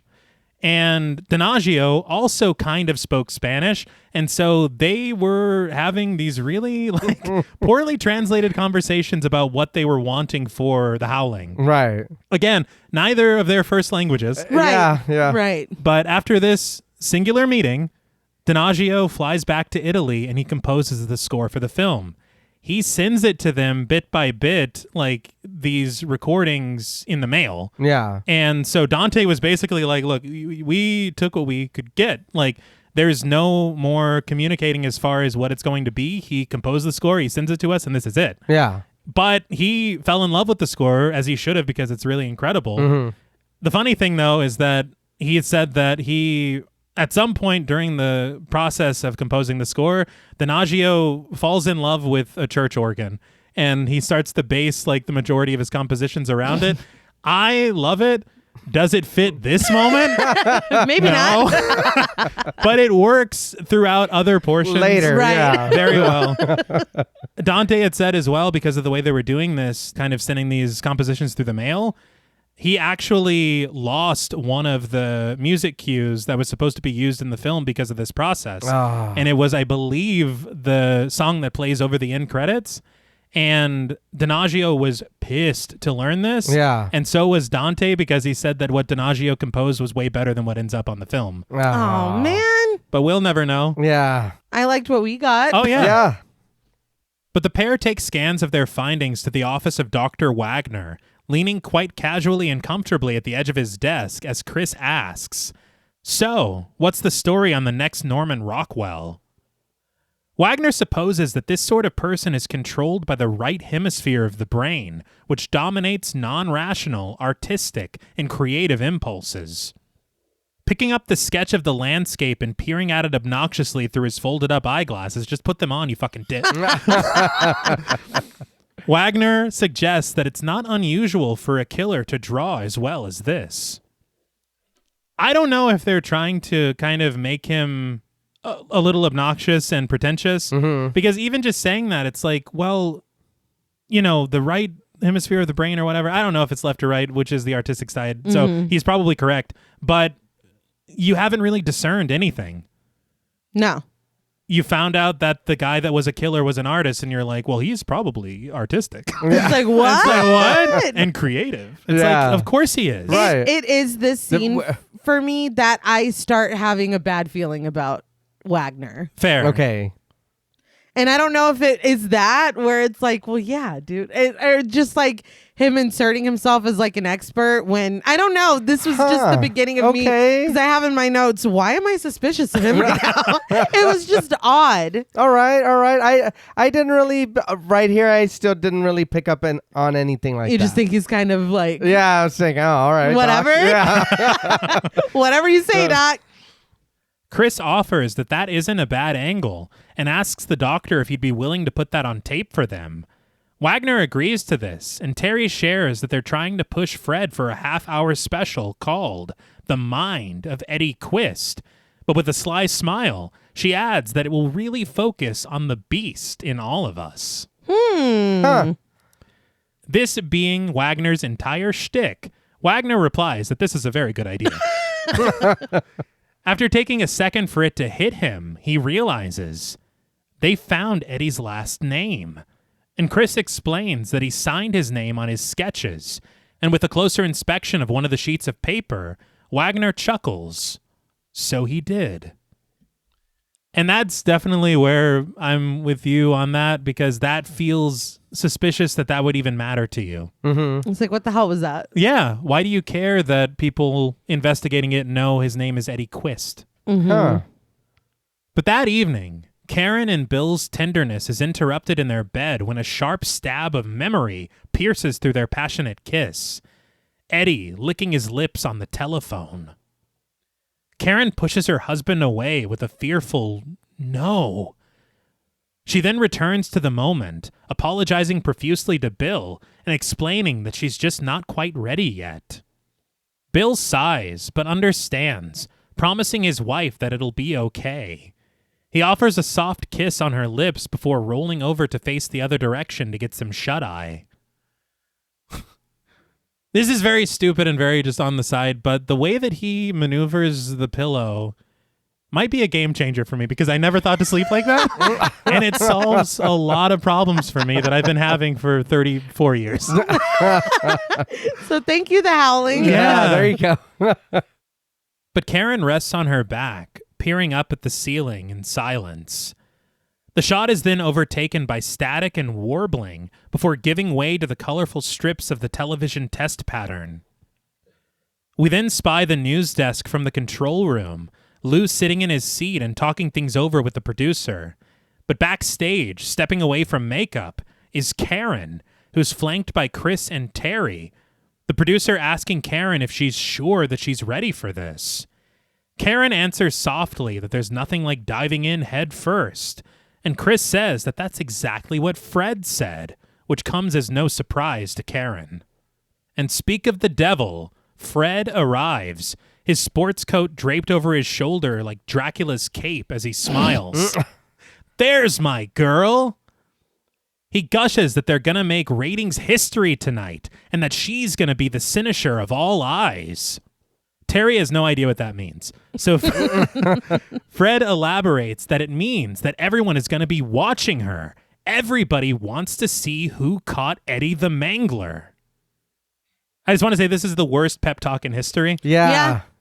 He's fucking clueless. Oh, yeah. Yeah. And you think about it, and just after what had happened at that porno shop, Right. when they're standing outside and she's watching Eddie get wheeled into the ambulance, she feels like everyone is watching her and it's making her uncomfortable. Yes. Yeah. So maybe don't say shit He's like, it's going to be like that, but even more. Yeah. A million eyes. And I thought he was a stalker. Now he's the mangler. He's just versatile. busy. Yeah. He's an artist. He's a stalker. He's a There mangler.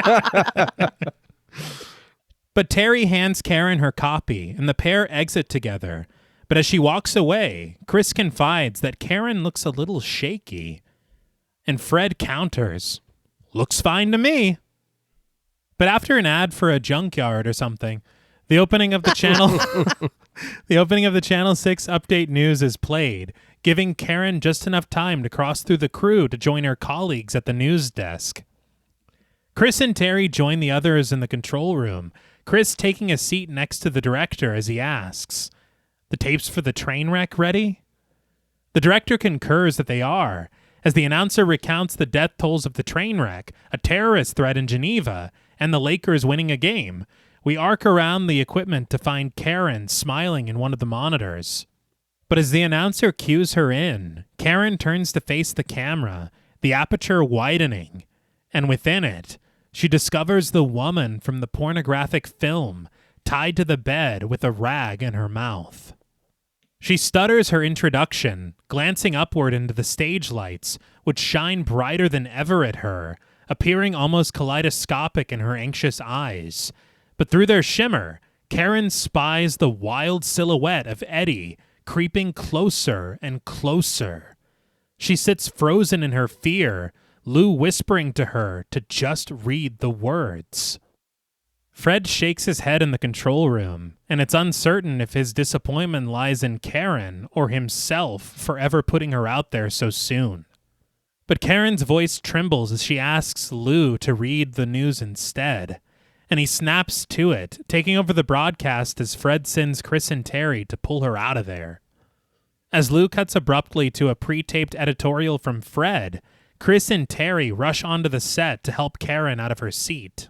I mean, everyone took their time, but at least someone came to help her. Yeah. 'Cause I'm like, someone jump in. Yeah, that's what I was going to say. I'm glad that at least somebody came to help. They're just hanging her out to dry. Yeah, because that is wild just to, no, she's fine. Go ahead and sit down. Karen apologizes, but before she can explain herself, Chris and Terry already understand. She just needs a little more time, and it's all right. On screen, Fred floats in front of a massive logo for the channel as he discusses that there has been a lot of talk lately about our collective culture of violence. But in the control room, the real Fred speaks into the receiver of a black telephone. Who knows? Maybe she's pregnant. I hate him. What? Yeah. I fucking hate him. He callously tells the person on the other end to get that Fujiyama or Fujimoto or whatever the hell her name is to get ready for the 11 o'clock report. I was like, God damn, dude. No, what a dick. He hangs up the phone, but upon noticing his own editorial on screen, he directs the attention of the crew to the monitors, commenting, "Now there is a pro." I can't. But sometime later, we glide down the wall of Dr. Wagner's office, past a framed print of Edvard Munch's The Scream, and to his Doctor of Psychiatry diploma.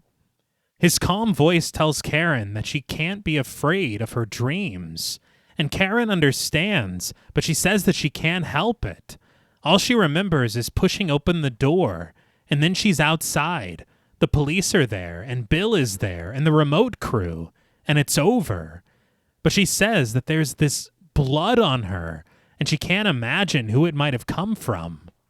Wagner inquires, "You can't remember anything that happened inside the booth?" And Karen can't, not really, only recalling fragments that appear within her dreams. But when he asks how she and Bill are doing, Karen smiles that they're trying to communicate. But still with that plastered smile, Karen cuts to the chase, asking, "How crazy am I?" Wagner responds that she's completely bananas, inspiring honest laughter from her, but he reveals his recommendation, that Karen goes up to the colony for a week or two, his place up north. Karen appears a little concerned, but Wagner adds that he only recommends it to very special patients, ones that he thinks will benefit from its environment. Mm-hmm. Yeah, why? It's a lot of questions here. Yeah. He says that it'll give her a chance to recharge her batteries, to get back to what she really is. Which again, it's an odd way of putting that. An animal, right? Or some Yes, shit, yeah. right? Mm-hmm. Karen asks what goes on there, and Wagner assures her that it's very low-key, seminars, group therapy, but he says that it'll be a good place for her to try to tackle this amnesia. And we find a steel blue BMW banking around the coastal curve of the highway, the water at the horizon as the car sails lonely across the blacktop.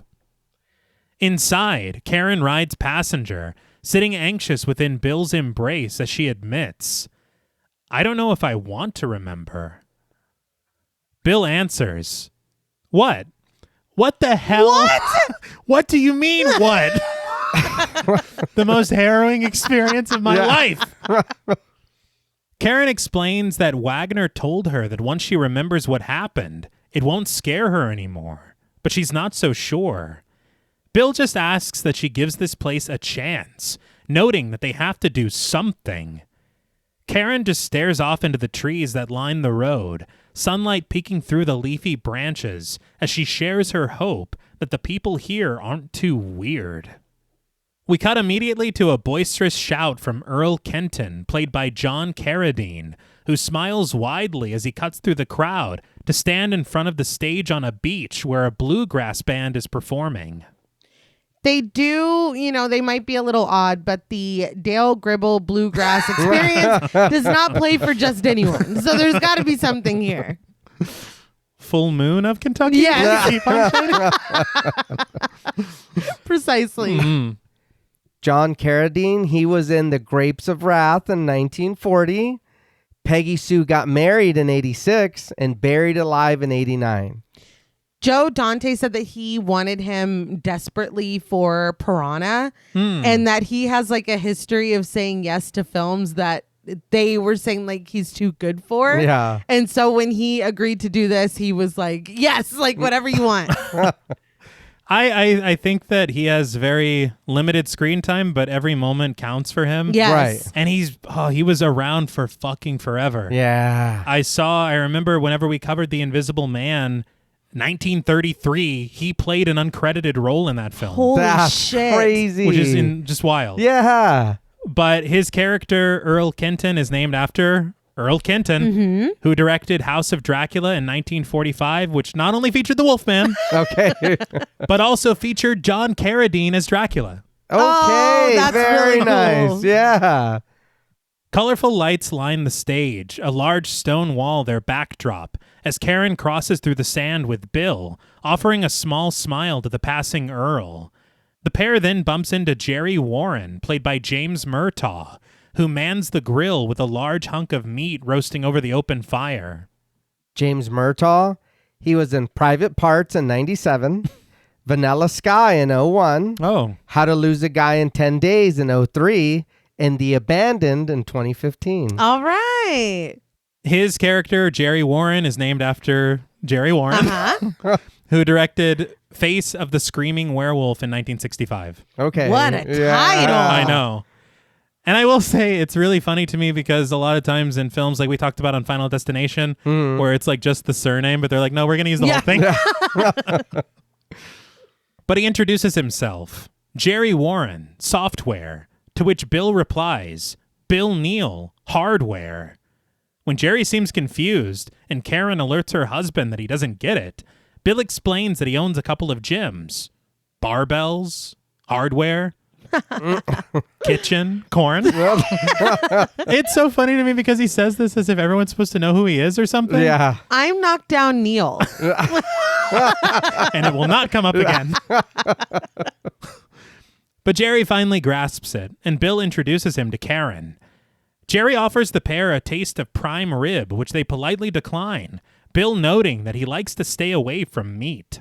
But as they step away from Jerry, they run right into Donna, Jerry's wife, played by Margie Impert. Donna stands starstruck at the sight of Karen, gushing that she's her second favorite newscaster. Thanks. As they step away from the spit, Karen leans closer to Bill, whining, "Get me out of here." But the couple then crosses paths with the jovial Charlie Barton, played by Noble Willingham, who offers a lively greeting, welcoming them to the colony. Noble Willingham, he was in La Bamba in 87. Hey! Good Morning Vietnam in 87 as well. City Slickers in 91 and Fire in the Sky in 93. God yeah. damn. We need to cover that. We really Oh, do. yeah. His character of Charlie Barton is named after Charles Barton. I'm seeing a trend. Yeah. He directed Abbott and Costello Meet Frankenstein in 1948, but the Wolfman also makes an appearance. I was going to say, I'm guessing the Wolfman's there. He's there. He joins the Because party. they met already, right? They did. Yeah. I was like, Yeah. I want you to meet my friend. Yeah. My neighbors are great. But Jerry and Donna follow them over, introducing them to Charlie. And after getting past the maiden name mix-up, Donna explains that Charlie is on their board, adding that he put up all the cattle for tonight's barbecue. Charlie announces with a smile, "I seen you on television."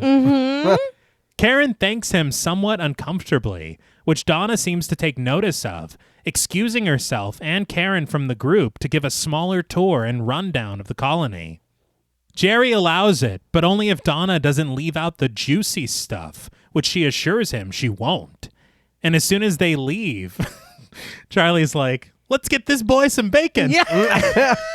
And Bill's like, no. He's terrified. But we pan across the bluegrass band, finding Earl, now sitting all alone and far less cheerful than before as he struggles to chew his food. He mutters to himself, "Can't go on like this. Damn teeth are shot. Hell of a note." This shift reminded me a lot of that Maudlin robot from Futurama. I was like, dude, you were just cheering like wildly. Yeah, he's going through some shit. Yeah. I was like, this is the energy I bring to the party. The battery's drained. We're done. Can't go on like this. But through the crowd, Bill reaches for a meatless hors d'oeuvre on a nearby table. But next to the table stands Marcia, played by Elizabeth Brooks, clad all in black, with a necklace of sharp teeth hanging at her neck. I didn't say her last name. It does matter. We'll get to it later. Yeah. Yeah. Elizabeth Brooks. She was in 29 episodes of Days of Our Lives, The Forgotten Ones in 89, and Deep Space in 88. I want to say I read that this was her feature film debut, Oh, okay. which kind of surprised me because she is very commanding on screen. Yeah. And she, I think, plays this role so well and the nuances of what it requires of her. Mm-hmm. But Marcia offers Bill a cup of punch, and when he asks what's in it, she answers simply, "It's good." That's not gonna do it for me. Yeah. Bill's like, as long as there's no meat. It's like, Bottoms up. that's beef broth. This seems to be enough for Bill, though, who introduces himself to her, and Marcia answers, "I know."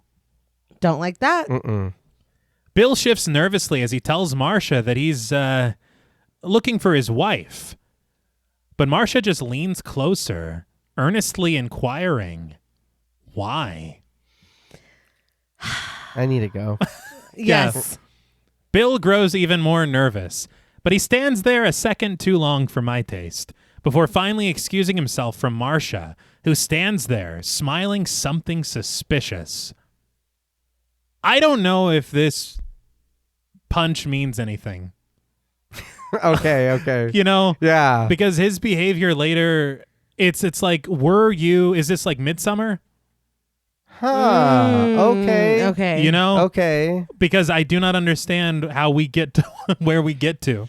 Yeah, I could see it being that, or it just being like emblematic of him being just into it. You know what I mean? Like, or what do you call it? Like susceptible. Oh, or yeah. Because she's like, drink this, and he's like, you gotta boss it. You know, there's no. Maybe he's just open to whatever Marcia is. Okay. Peddling. Okay. See, for me, I'm and I'll bring it up a little later as Okay. well. But right here, I'm kind of like, what is? I'm taking this a different way. Kind of. Can he help not like being into this, or Right. you know what I mean? You almost... Without yeah. the punch. Yeah, right. He doesn't need the punch. It's just Someone maybe is extra alluring for yes, yeah. a reason beyond our understanding. Right. But is that a thing? I don't know. It's not established. Okay. Yeah, I don't know. But sat at the edge of a table is TC, Marcia's brother, played by Don McLeod, who wrestles his knife into the shell of an oyster. And his last name will also be important later. Okay. Don McLeod, he was in Hook in 91, Trading Places in 83, and The Man with Two Brains in 83 as well. Interesting. Weren't we casually eating oysters last week? We sure were. We have a theme this month. Yeah. I feel like this dude offers a very unsettling presence constantly. Yeah. Yes. But his attention is drawn to Karen and Donna, who walk behind him with Dr. Wagner. Donna singing the doctor's praises as she tells Karen that he helped her find things inside of herself that she didn't know existed. Like animalistic things. I guess. Was anybody else surprised to see the doctor here? Yeah. Yeah. What It's like, the hell? you go here too? I really did. I thought that he would like his office is like his home base or whatever. Yes. Okay. And then this is just something that he runs. So not only is he the president, he's also a client. Yeah. Yes. Yes. As Donna walks arm in arm with Karen, Wagner asks if Karen can see why he brought her out here, assuring her that she won't be cold here. What an odd thing to say. What? What does that mean? I don't know. But he says, speaking of cold, how's your bungalow? It's like you brought up cold in a weird way. I know. Karen answers that it's quite nice, and Donna shares that they're neighbors. That was strange to me as well, because it's like, we just met you 5 minutes ago. How the fuck do you know where my bungalow is? Huh. That's true. As the trio takes a seat together on a log in front of a small campfire, Karen pulls her arm away from Donna's grasp, and Wagner wonders if Karen misses television. But Karen doesn't seem to, noting that she doesn't even have to pin her hair up here. TC sits across from them, flashing a smirk that can only be described as horrific. Karen catches it too, and it unsettles her, but as soon as she looks away, TC licks his chops. That's even worse, Yeah. but it's also a little bit of a clue, Yes. because we've seen this action before. Yes. Yeah. But the trio are interrupted by the arriving Marcia, who clutches a copy of Wagner's book in her hands. Wagner rises from his seat with a reluctant, "Hello, Marcia." But Marcia breezes right past the pleasantries, seething for the doctor to take this book back because she doesn't want her brother reading it. TC lowers his head at the table, Wagner defending that TC told him that he liked it. But Marcia scowls. "You've done enough damage already." She whips a dramatic glance at Karen and Donna before making her exit, which prompts a laugh from Karen, but a harsh word from Donna. "Bitch." Wagner's like, hey. What is this place? Why did you bring me here? Right, you said relax. Yes. And now there's fucking infighting. Yes. But after lightly scolding Donna, Wagner returns to his seat, correcting that they could all learn a great deal from Marcia, as she's a very elemental person, filled with natural energy. Donna translates this for Karen. She's a nymphomaniac. All right. Wagner chuckles in disagreement, elaborating that Marcia's natural energy is just so unchanneled. He says that she has a long way to go. But as the bluegrass band plays a new song, this one more of a waltz, Earl wanders aimlessly through the crowd, standing dismayed at the sight of a couple making out, only to stop dead in his tracks when the swaying shadows of another dancing couple are cast tall against the boundary of rock before him. As Bill sips his punch, he lifts his eyes over to Marcia, who stands alone in the sand. But his seeming admiration is interrupted by Earl's sharp screams. He stands wrestling against Charlie's clutches, begging to be let go. He wants to end it. Charlie begs him to just calm down, but Earl insists that this is the only way. He has to end it. I feel like we should be listening to what he's saying. Yeah. And like wondering why he's saying the things that he's saying. Yes. Again, relax. This is not. Not at all. And this is night one. Yeah. Uh-huh. The pair stands above the flickering flames of a campfire as Earl adds, "I've got to burn." But Wagner approaches the men, clutching Earl's arm and imploring him to think for a minute. Karen looks on with great concern, but Donna assures her that this is just one of Earl's tricks. She scoffs that he's just trying to get attention. But Earl seems sincere as he bemoans, "I just want to end it. It just goes on and on." Jerry, holding the most slap-ass burger I've ever seen in my life, tries to calm Bill, who looks on with worry. He says, the old man really shouldn't drink. It gets him loose. But Wagner guides Earl away from the fire, promising him that tomorrow he'll be so pleased to see that he's safe and sound, and after a good night's sleep, Everything will seem better in the light of day. Earl seems soothed as the two men pass Karen, who steps away from Donna to watch them go. So this is all very concerning. Mm-hmm. Yeah. But at the same time, you're like, okay, well, we're at a retreat that is for people who need psychiatric help. Right. Yeah, that's true. And so it's like he's going through his own struggles and troubles. Mm-hmm. Maybe this is just what is happening with Earl right now. Right. Yeah. You can look at it on that level and understand why Karen's not like, what the fuck's going on? True. Yeah. Okay. I don't know why I'm still in the mindset like this is the welcoming committee. You know what I mean? Of course everybody's going to be cool here. We're going to meet everybody. It's like we're all, you know what I mean? There's no problems here. We're all working through whatever. Mm-hmm. Then we can see that, tomorrow. Mm-hmm. People can fight tomorrow when we're in therapy or whatever. Yeah. But yeah, This is not right the away. welcome. Yeah. Yeah. But later that evening, as fog billows behind the shadowy trees of the forest, we find Karen asleep in bed with Bill in their cabin. But we press in closer to her, a witness to the frightful dreams that find her in the night. The score grows eerie as through flickering film, Karen wanders through the dark booth where she met Eddie, the shot cutting quickly to Earl, his face twisted miserable through the flames of the fire as he lets loose a pained scream, which turns into a howl as Karen awakens in her bed. And I said his face is twisted miserable, but it really did look like a Robert De Niro impression. A chorus of howls now echo through the trees, prompting Karen to try to wake her husband.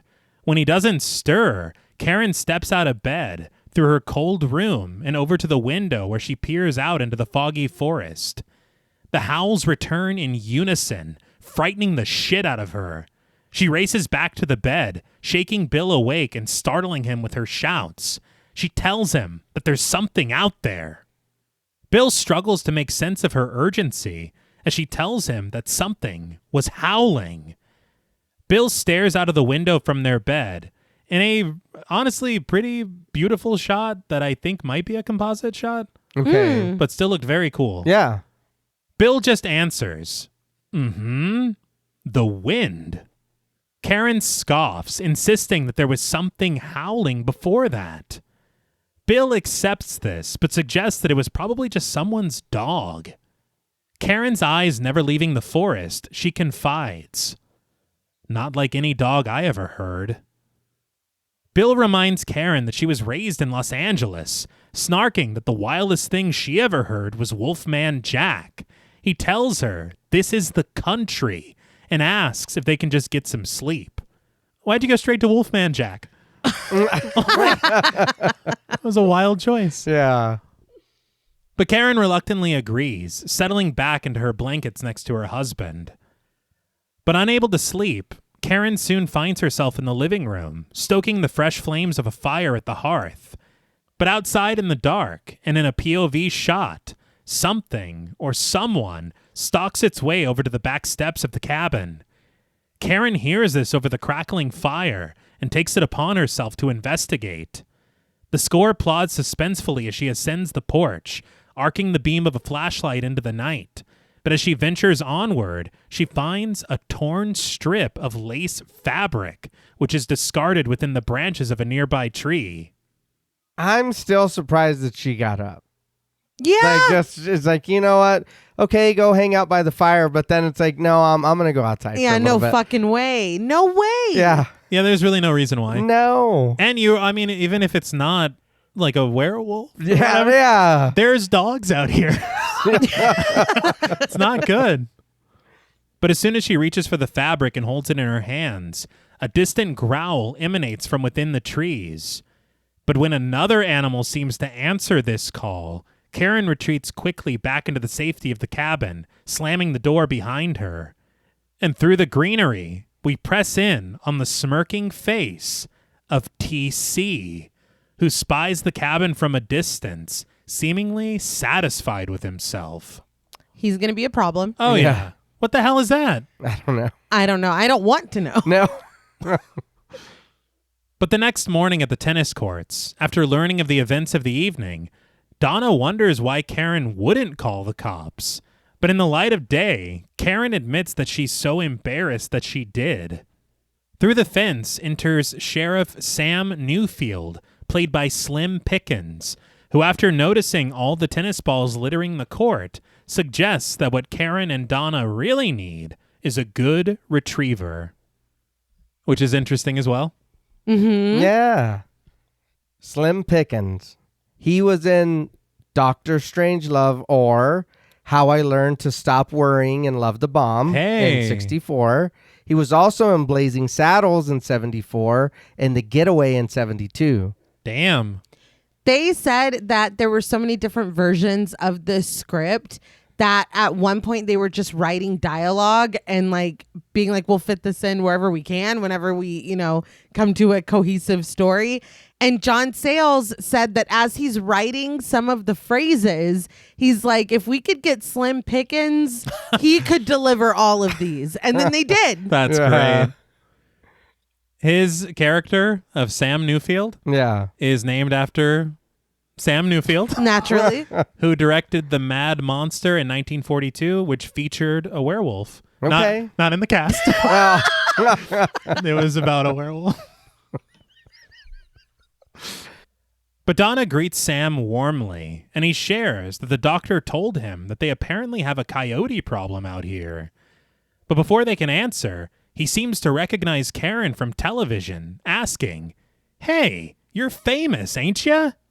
Karen answers, sort of, before Donna makes the proper introduction between them.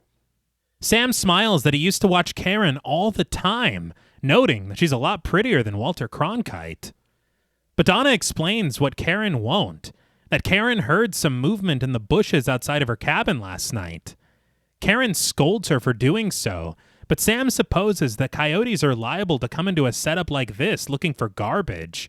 He asks if Donna heard anything, but she just laughs that she didn't. She sleeps like the dead.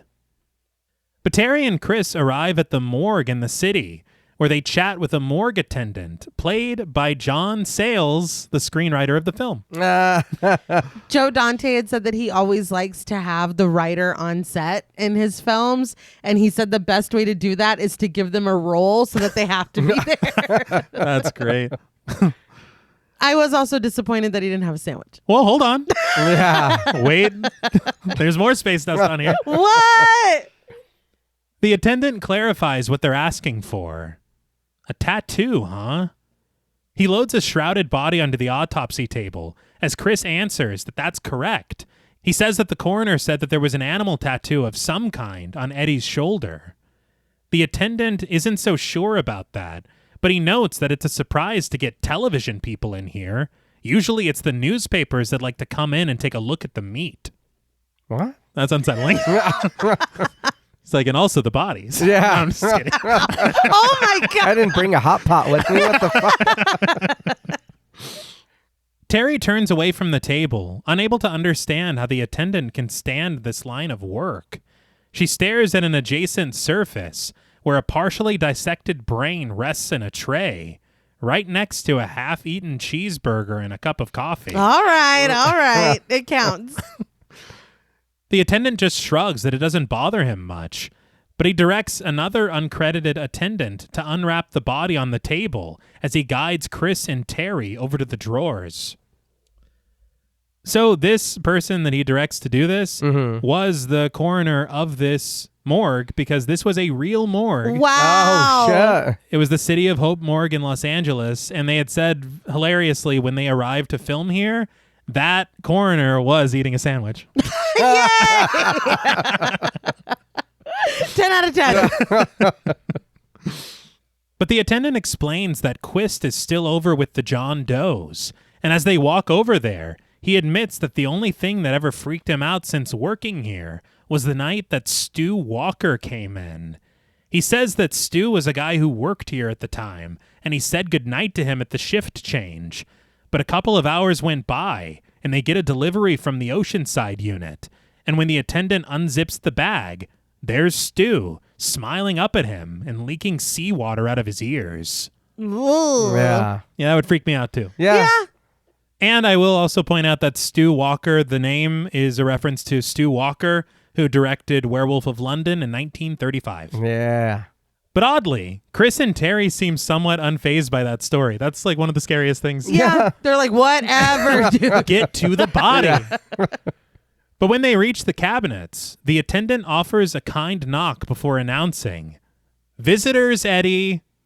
But when he wrenches the drawer open, we can see puncture marks and streaks of blood on the inside of the metal door.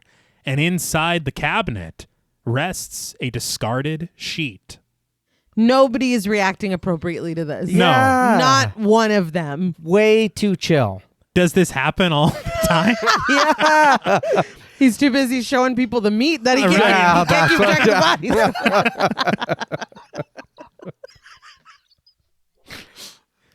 The attendant can only answer somewhat confused that Eddie was here this morning. And as the pair inspect the door, Chris asks if he thinks someone could have come in here to steal the body. But the attendant snarks. Well, he didn't just get up and walk out of here on his own. He's like, that's y'all's job. Yeah.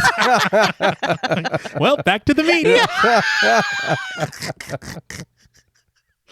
Where's the urgency? I know. The alarm. He doesn't even tell his colleague. But that night, beneath the light of the moon, Karen and Donna sit together on a bridge at the colony. The loud mooing of a cow reaches the women from a distance, and Karen learns that Charlie has a few acres of farmland just down the hill. But something seems off, and when the noises continue, Karen notes that the cows don't sound right.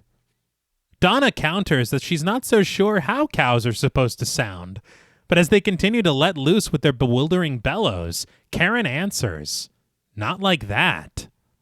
As the sounds are soon joined by the wild yelps of another animal, Karen asks earnestly if Jerry has a rifle in his cabin, which inspires a shocked chortle from Donna. But as they continue together through the fog, the beam of Karen's flashlight carving a path forward, Donna asks Karen if she ever tried assertiveness training. Karen says that she hasn't, but Donna admits that before she got hooked in with Wagner, she tried it all.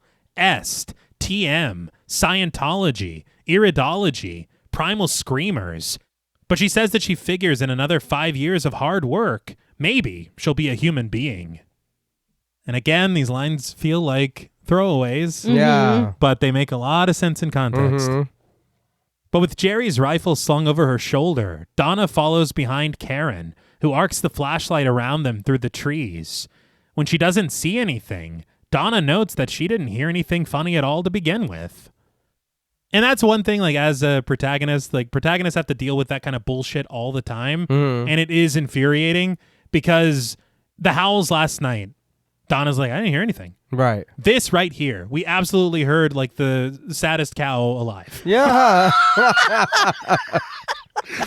And Donna's like, that's just how cows sound. Yeah. But no, it's not. Yeah. So you do start to get this thing of, like, you're intentionally. Yes. Right. And why? Yeah. And even before, when they're like, no, it's coyotes. Yeah. It's like coyotes sometimes look like horrifying men perched in the bushes.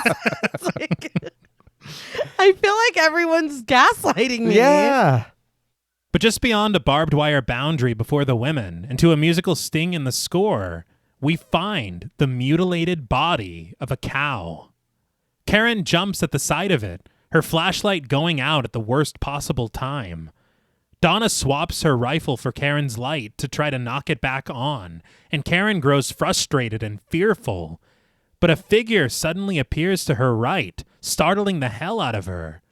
It's only Sam, who's flanked by Charlie, the pair out investigating in the night. The sheriff moves the barrel of the rifle out of his face as he explains that they found another carcass just like this one up the hill.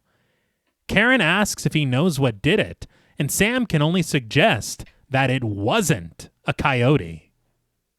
He asks if Donna and Karen are all right, and as she glances down at the dead animal in front of her, Karen snarks, "Oh yeah, nothing like a quiet week in the country." I have to say, fucking Sam, with all the things and how everything goes, Wouldn't it behoove you to say, I'm pretty sure it was a coyote? Yes. Yeah. I was fixing to ask or say, so if it's not a coyote, Then what? what the fuck He's did like, that? and I know that for damn. Yeah. You gotta look for something else. Something bigger. Yeah. But the next morning, Bill joins a hunt with Jerry, Sam, Earl, and the others. He dry fires his rifle, apparently not having earned his bullets yet, according to Jerry. But as they continue on as a group, Bill wonders if they would usually use a dog for a hunt like this. Sam jokes that if they had one, these guys would be liable to shoot it. Besides, he says they've got TC. And we see TC, just off from the group, draped in an animal pelt, and moving like a dog through the trees. Yeah, What the fuck? So the role of the dog this evening TC. That's so funny. Like, we don't need a dog. no. We got it covered. Sam boasts, that boy's part bloodhound. All right. I want to go home. Yeah, please. I don't want to do this anymore. The score grows whimsical as Earl supposes that it was probably UFOs, those damn cattle mutilations. Sam tasks Earl with watching the skies for them then, which the old man seems keen to do. But through the trees stumbles Karen, who heads straight for Bill, insisting that she needs to talk to him. The men listen in on the couple talking, Bill reminding Karen that she's supposed to have a session right now. But Karen feels guilty that Bill is out here doing all of this for her sake. After they share a sweet kiss, Bill assures her that it's fine. Besides, he's never been on a wolf hunt before. Bill rejoins the group, but not before quietly slagging them off to his wife, which inspires a cheerful chuckle out of her. The men continue onward and into a clearing, as TC traipses through the trees, and yes, once again, like a dog. But Karen attends the group therapy session inside of a chalet, sitting in the center of a circle of chairs with the other members of the colony. As we swirl around her, Dr. Wagner asks about her nightmare. Wringing her hands nervously, Karen reveals that she hears noises, breathing, and she realizes that someone is in there with her. She says that it's Eddie, and he closes the door, then he puts a quarter into the slot, and the movie starts. Through shuddering breaths, she adds that he whispers something to her, telling her that she can finally turn around and look at him. Strange sounds suddenly surround Karen, knocking, the flickering of the film projector, and Wagner implores her to turn around in her mind's eye as Donna leans forward, asking, "What do you see?"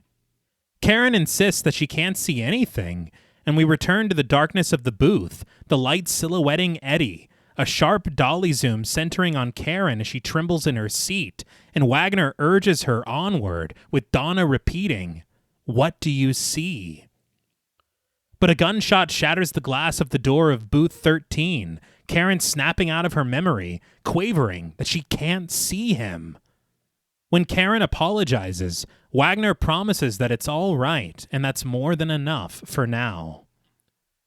I do want to say I referenced this song on our episode for The Wolfman because one of the verses was that cool poem about the wolf's bane blooming. But the very beginning of Rob Zombie's song, Werewolf Baby, not like a baby werewolf, it's more like excited, like werewolf baby. Yeah, right. But I've never felt comfortable saying the word baby. I realize this feels strange. But the "what do you see" that Donna is saying, it plays on a loop. Oh. And so I've heard that so many times throughout my life, and then we get to this scene and it's the exact clip. Yeah. That's like, fucking wow. cool. Yeah. But Bill, seemingly having earned his bullets, blasts a shot through the trees outside. He rushes for his kill, which seems to be a small rabbit, as the group stands impressed, Earl reminding everyone, and he said he was no hunter. Back in the city, two curious nuns stroll down Hollywood Boulevard, chuckling with each other as they make their way into the Other Side occult shop. Walter Paisley, played by Dick Miller, watches them from atop a rolling ladder, shaking his head as they stop to stare at a sculpted head of Satan himself. Dick Miller. That's crazy. I was Yeah. like, hey. Mhm. We talked about him in The Terminator and Gremlins, Twilight Zone the movie. Mhm. Dude's everywhere. It's wild. I remember, was it The Terminator or Twilight Zone where we had learned, I think it was Joe Dante, who had said that he was like a good luck charm? He said Yeah. he was his good luck charm. Yes. Yeah. That he'd only done one film without him. But they were saying on that making of, Dick Miller said that out of everything that he's been in, this is his favorite role he ever played. Yeah. That's wild. Okay. I was like, that's a tall order. Yeah. He is such a fun character, though. He is. So, and that's one of the things where it's like he is just enough in the film, but you do want more. Oh, yeah. Yes. But he snags a book from the shelf, rolling over to the waiting Terry on the second floor. He shares that they get all kinds here: sun worshippers, moon worshippers, Satanists. He notes that even the Manson people used to hang around here and shoplift. Bunch of deadbeats. But Chris stands below him, perusing the contents of the shelf in front of him, as he asks if Walter knows any groups that are into stealing corpses. Walter doesn't, but he says that if he wants to read about it, he's definitely got the book for him. He slides down to retrieve it from the shelf, leaping off of the ladder with the assurance, "You name it, I've got the book." Up above, Terry reads from the pages of the book that Walter found for her. A number of women were killed in the next month, their bodies exhibiting signs of animal attacks. When asked, she reads the title from the outside cover: Warlocks, Werewolves, and Demons. She flips through the pages past pertinent text and archaic drawings. But downstairs, a patron, played by Forrest J. Ackerman, flips through a set of tarot cards, earning the ire of Walter, who snatches them away. He admonishes, "You're going to purchase, then purchase," but he's worried that he's going to get them all greasy with his fingers. The patron walks away annoyed as Chris reapproaches Walter. So, Forrest J. Ackerman, he was the editor of Famous Monsters of Filmland magazine. Okay. And when he walks away, you see that he's holding 2 copies of his own magazine to the camera. That's great. And Dante said that was Ackerman's idea. That's great. Chris suggests that they should find out if any of Eddie's killings were on a full moon. But Walter calls that Hollywood baloney. He explains that your classic werewolf can change shape anytime it wants, day or night, whenever it takes a notion to. He says that's why they call them shapeshifters, and he's got a dozen books on it. That's interesting. Yeah. Different. Very. This is what we were kind of alluding to earlier, where it's like, well, what do you mean? Like the full moon's kind of the whole, like that's the whole thing. Yeah. It is funny because they talked about it on that featurette, and Dante and Sales were like, of course, this is an iconic thing when it comes to werewolves. But at the same time, we don't have time to wait around a month for every werewolf Fair point. Yeah. scene. That's a fair point.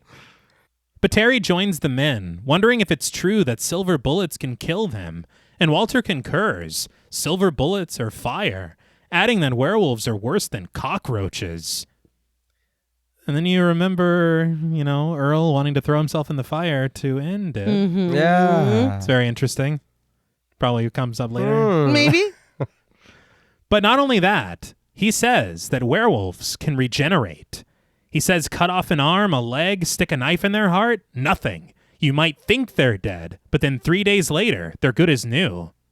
Chris asks if he really believes that, and Walter snorts a laugh through his nose, asking, "What am I, an idiot? I'm making a buck here." He does. Yeah. He quantifies his wares. You want books? He's got books. He's got chicken's blood, dog embryos, black candles, wolfsbane. He draws their attention to a box of silver bullets, 30-06. He says that someone ordered them, but never picked them up. But he takes Bank Americard, American Express, and Visa. Well, Always be selling. Yes. But it's like, all right, I'll take 10. Yes.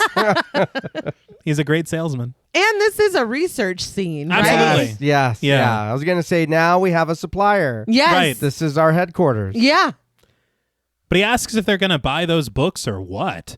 And Chris answers that they are. Terry then gushes at the old drawings in the book that she's holding in her hands, and Walter boasts, "It's a great book." It's like, you are just making that coin. But back at the colony, TC sits perched on the railing of a bridge, surveying the surrounding forest, and Bill joins him, clutching the rabbit that he killed and wondering what he's supposed to do with it. TC puts it simply, "You eat it." Bill answers, "Oh." But TC says that if he takes it to Marcia, she'll cook it up for him if he wants. Bill reminds him that he likes to stay away from meat, but TC suggests that Karen might like it. And besides, you kill something you don't eat? That's a sin.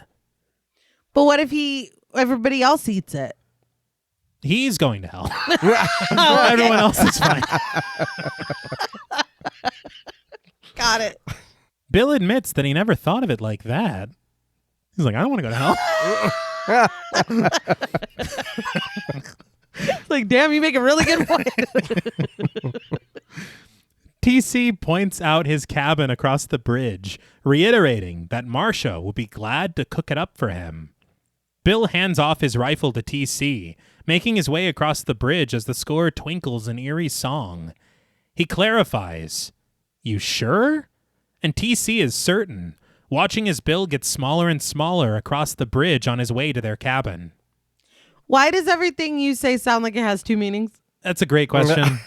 I don't trust it. Yeah, No. I didn't either. Inside the cabin, Bill sits in the kitchen while Marcia gets to work, butchering the rabbit on a table with a sharp cleaver. With a smile, she tosses the severed rabbit's foot over to Bill, who catches it, setting it atop the refrigerator next to him.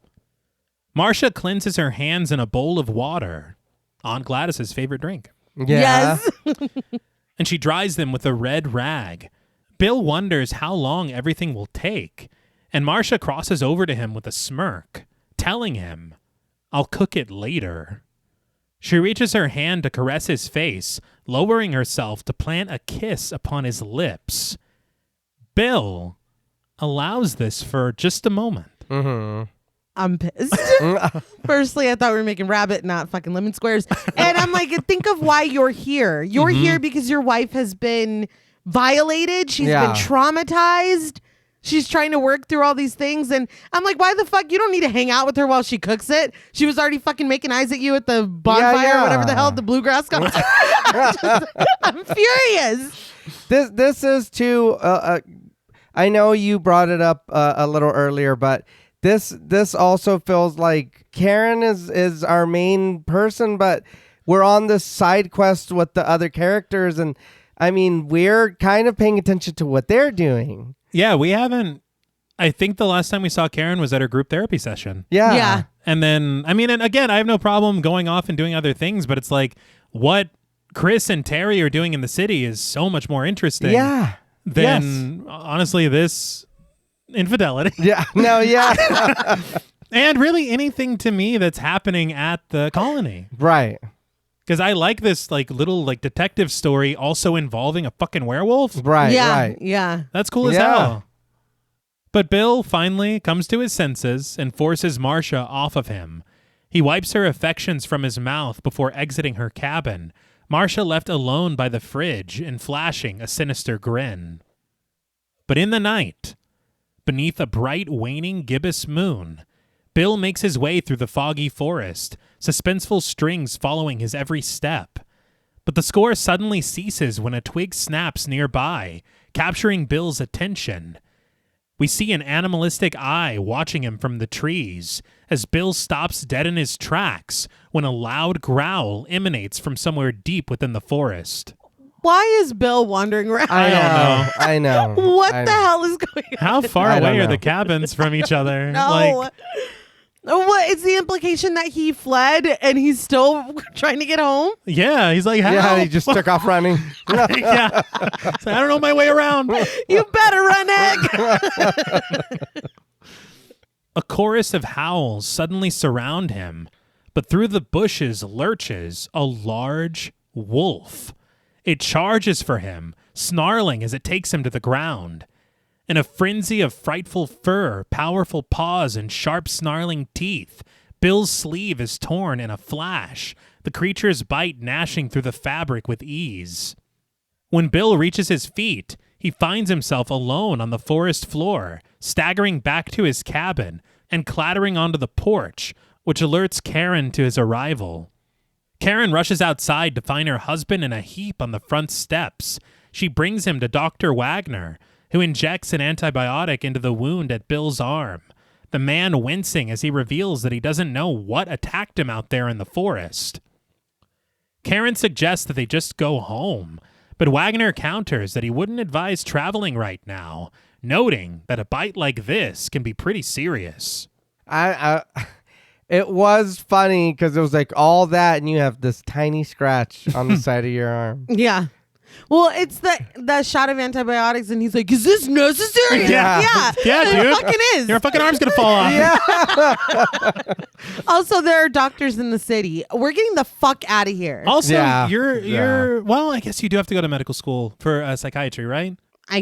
Because I was like, what the fuck are you doing with just like drugs here? And That's- you're also the nurse's office? Like, that was peculiar to me too. Yeah. I didn't even think about that. But back in the city, Terry and Chris rest in bed together. I didn't realize they were a couple. No. I was like, did No. I miss that? I don't think so. And again, they're so interesting. I want to know more about them. Yeah. Yeah. How did this develop? What is going on? Because is this the first time? Because Chris acts like whenever he's talking about answering the phone, he's like, oh, it's my phone or whatever. Mm-hmm. They don't live together. Yeah. So Oh, that's true. They just seemed very comfortable, so I figured that they were just together.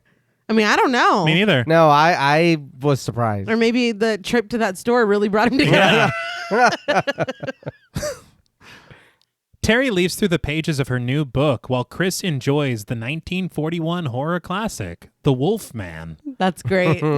He spies it on a small television screen across the room, where in his office, Sir John Talbot, played by Claude Rains, recites the old lore to Larry Talbot, his son, played by Lon Chaney Jr. Fucking asshole. Yeah, I know. He was, and also the ages are hilarious because he is not his father. Let's be very clear. Yeah, they went to college together or something. But he recites, even a man who is pure in heart and says his prayers by night may become a wolf when the wolfsbane blooms and the autumn moon is bright. But suddenly, the telephone rings, interrupting their viewing, Chris politely offering to answer the phone since Terry is reading. But as it continues to ring, he somehow coaxes her out of bed to answer it instead. Terry wonders who could be calling at 11:30 at night. But upon answering it, she discovers that it's Karen.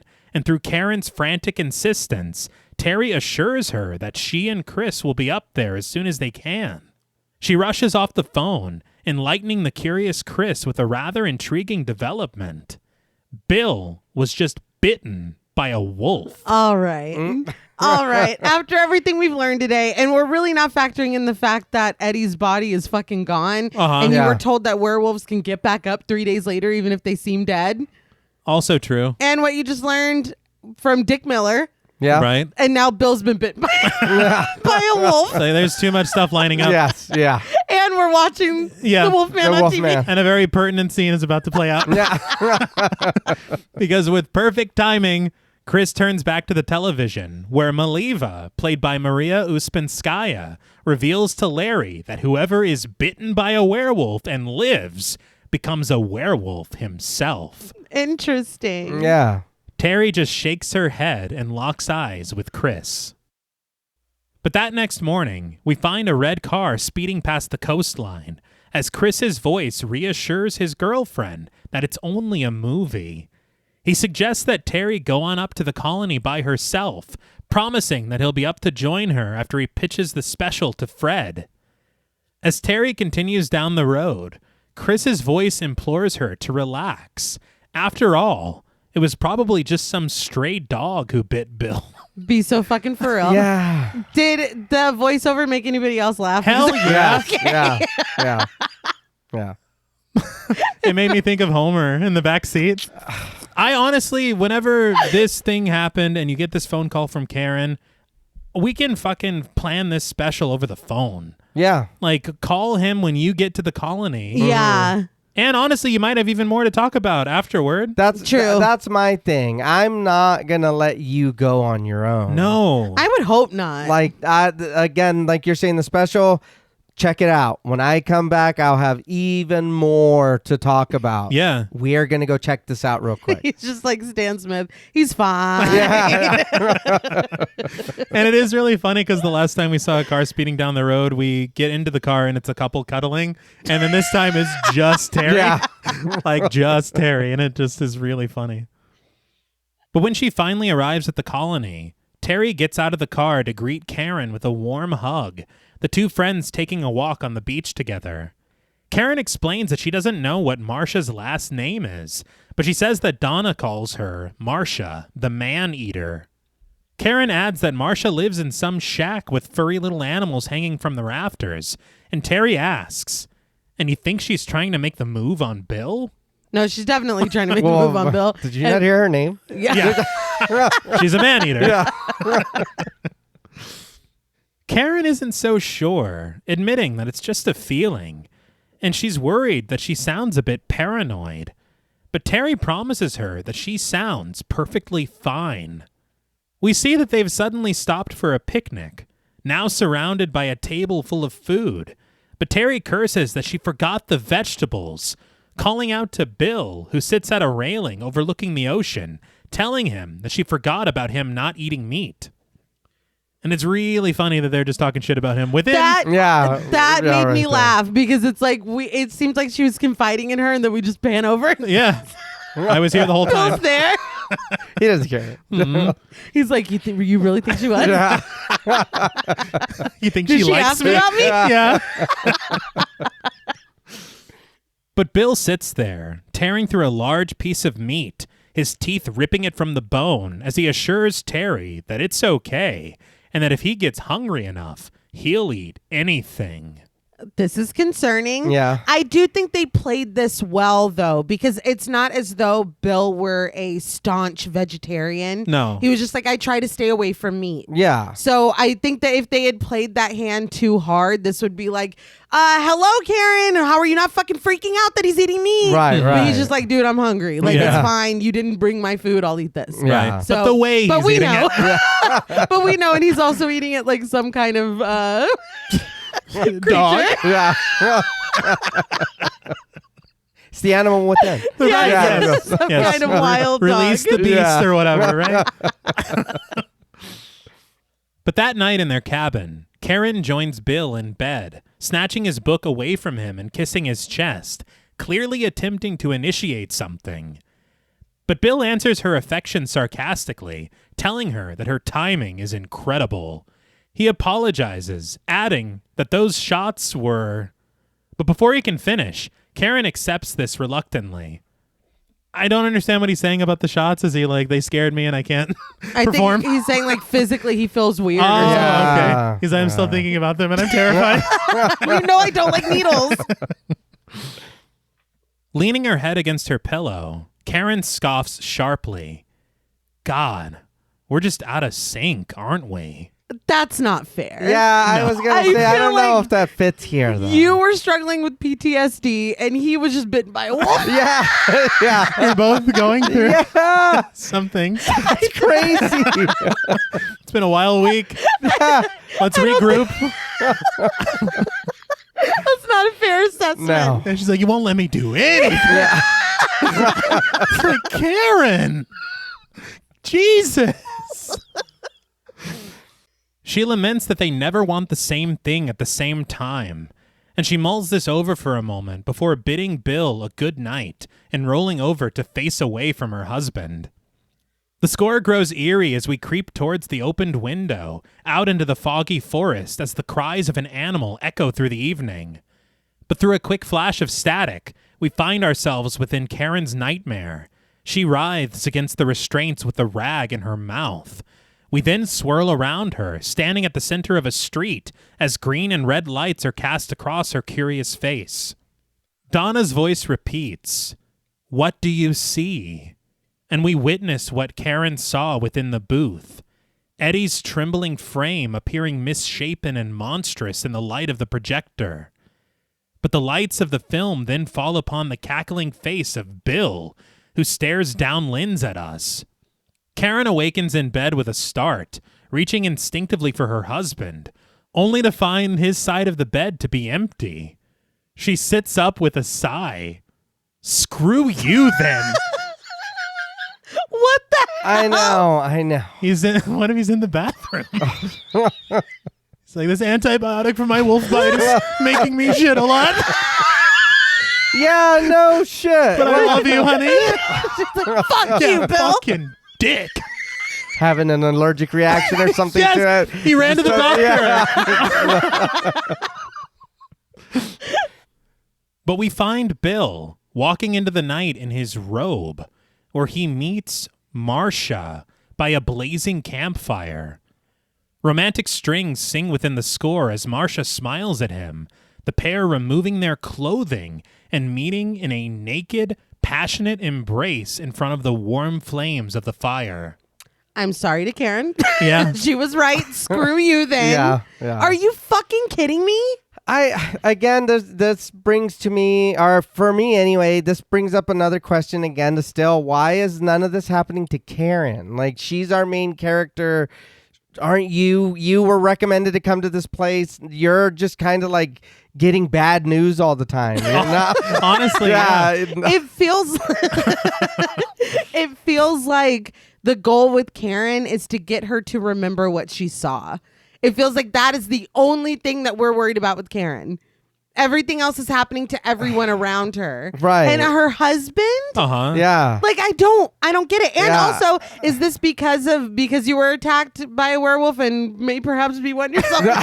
We don't know. Or Yeah. or are you just a fucking piece of shit? Yeah. I don't know. It's not like, I don't know. And I think that's the other thing. Of course, we are trying to recover this traumatic event that happened. Right. But at the same time, it's like, I want her to have more of an active role in trying to solve what's going on. Yes. Yeah. Because we do have two people that are working in the city that are literally, that's what I was trying to say, Right. solving your mystery for you. Right. Yes. And it would be cool if maybe there was more communication between them, or with Terry coming to the colony, she's like, hey, look, Yeah. I'm looking into something too. Right. And maybe they could have a conversation about it. Right. Yeah. Because again, Bill, we're going off and doing whatever, but this made me think too, like I was saying earlier, and like you said, babe, is this something pulling him to do this? Right. I don't understand because yes, we're here to remember what happened to her, but does that really even fucking matter right now anymore with everything that's just don't happened know. and I what's don't going know. on? Do we still stay here? Is it worth staying here to remember this? I What's vote going no. on? Yeah. I can remember things at home. Yes. Yeah. And it doesn't seem like anything that's happening here is really helping her. No, No. not at all. Everything is just getting a lot worse, and now her fucking husband's cheating on her. Yeah. Like, Yeah. that was that part of my fucking treatment plan? Yeah. Jesus It Christ. wasn't on the brochure. No, it wasn't. You It didn't wasn't. say at the colony. Yeah, no. We cheat. At all. I didn't see that. But wolves howl around them as they kiss each other deeply, lowering themselves to the ground. The chorus of wolves then reach Terry, who stirs awake in her bed, the sound leaking in through her opened window. She wisely reaches for a tape recorder, raising the small microphone to extend out of the window and into the woods. But things are getting hot and heavy by the fire, Marcia mounting Bill, and the pair tumbling over each other in their affections. Marcia then tears the bandage free from Bill's arm, licking at his wolf wound. I think that's a new sentence. Yeah. That's wild. But as the camera descends behind the flames of the fire, the score suddenly shrieks with an ominous organ, and we return to Bill in the golden light, long and pointed teeth sprouting within his mouth, drool dripping from his fanged grin as he peers down at the monstrous Marcia, a villainous and vicious smile stretching across her face. Her eyes glow in the night, and she snarls sharply as Bill lowers himself to her neck. The pair are overcome with their animalistic appetites, howling together into the night. But their noises reach Wagner in his office. They're not even trying to hide it, which is also, you know. But the doctor crosses over to the window to peer out into the moonlight. As Bill shrieks a howl over Marcia, large patches of fur materialize, growing thicker to cover their bare flesh. We pull back as their passion grows wild, Marcia dragging her claws to pierce the flesh of Bill's back as he mounts her, the pair silhouetted against the fire, the camera rising into the blue dark of the surrounding trees as the vague outline of their bodies transform into beasts beneath the bright light of the full moon. Classic knockdown Neil. But I did like how that looked. Oh, yeah. I don't know what the fuck that has to do with werewolves, but I mean... Animalistic. They're turning. Each other on. Yeah, but they're not doing that right. That's crazy. They're wolves. That's not... They don't bend that way. Do wolves know missionaries? They don't bend that way. They understand. Like, no. It's like, my legs. Yeah. And so is this the way we have to fully transform now? Like, this is the only way to transform? I think this was just for them. Yeah. Oh, okay. I think this was a moment for them. Right. All right. This is an odd choice for your first time together. Yeah. Like, what if we tried it as wolves? It's like, really? Well, now both their legs are broken. Yeah, exactly. Great work, team. Now we know for next time. But their deep howls carry into the morning, where we find Terry sitting on a log at the beach, the camera dipping to the speaker of her recorder, where we hear the sounds from the night before. You love an audio match cut. Yes. I thought that was really cool. But she scribbles some notes onto her pad. She's like, sounds like werewolves. Like, what are you writing? I know. But Bill returns to his cabin in his blue robe, kneeling at Karen's bedside as she stretches to embrace the vacancy at his side of the bed. He gazes downward at the palms of his hands, his mind awash with unspoken questions. I don't know why there's like an added layer of just this disgust with this dude, watching him return to the bed with his wife in it. Mm-hmm. Yeah. Like, it makes it even worse. Yeah. But Terry ascends a hill adjacent to the beach, and it's only when she reaches the top of it and peers backwards that she realizes she's seen this view before. A suspenseful organ joins her search through her bag, cycling through Eddie's drawings until she finds the oceanic view that he sketched and signed. She holds it up to the sight before her very eyes, realizing, Jesus, it's Eddie. It's the ocean, but I know what you mean. Yeah. So, and that's another thing is it's like you are putting things together. Yeah. Where she goes with it, you know that Karen's here. Mm-hmm. Yes. So I'm very puzzled as to her thought process right now. Yeah. The waves crash against jagged rocks in a very beautiful shot as Terry makes her trek through the trees, the camera gliding around her as an ominous observer, following her through the forest and fog as eerie sounds abound all around her, which finally give way to a whisper. Terry.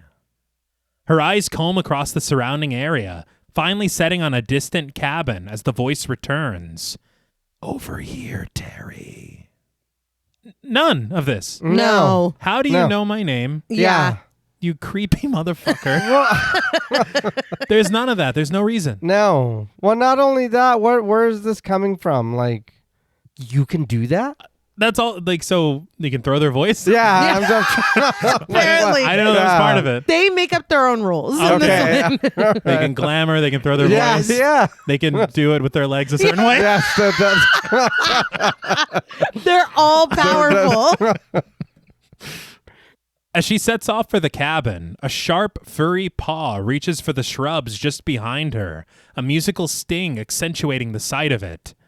But Terry reaches the front steps of the cabin without incident, inspecting the animal pelts that line its exterior and slinking past the chimes of animal bones that hang from its roof. And this is another section where it's like, oh, absolutely the art director of Texas Chainsaw. Yes. Animal noises surround Terry as her eyes search past the clearing in the trees before she finally creaks the cabin door open and heads inside. Terry calls out to anyone who might be there. Hello? Anybody here? Classic. It's like, come on, know. dude. But unbeknownst to Terry, the long hind legs of a creature stalk through the grass in close pursuit of her. And when she makes her way into the kitchen, we realize that this is Marcia's cabin. She glances upward at the mantle of the fireplace to find a framed painting of a wolf. All right. Even more, when she doubles back, she inspects the items that clutter the top of the fridge, which includes a can of Wolf brand chili. That sent me. Yeah, what the fuck's happening? Like What? brand loyalty. Yeah.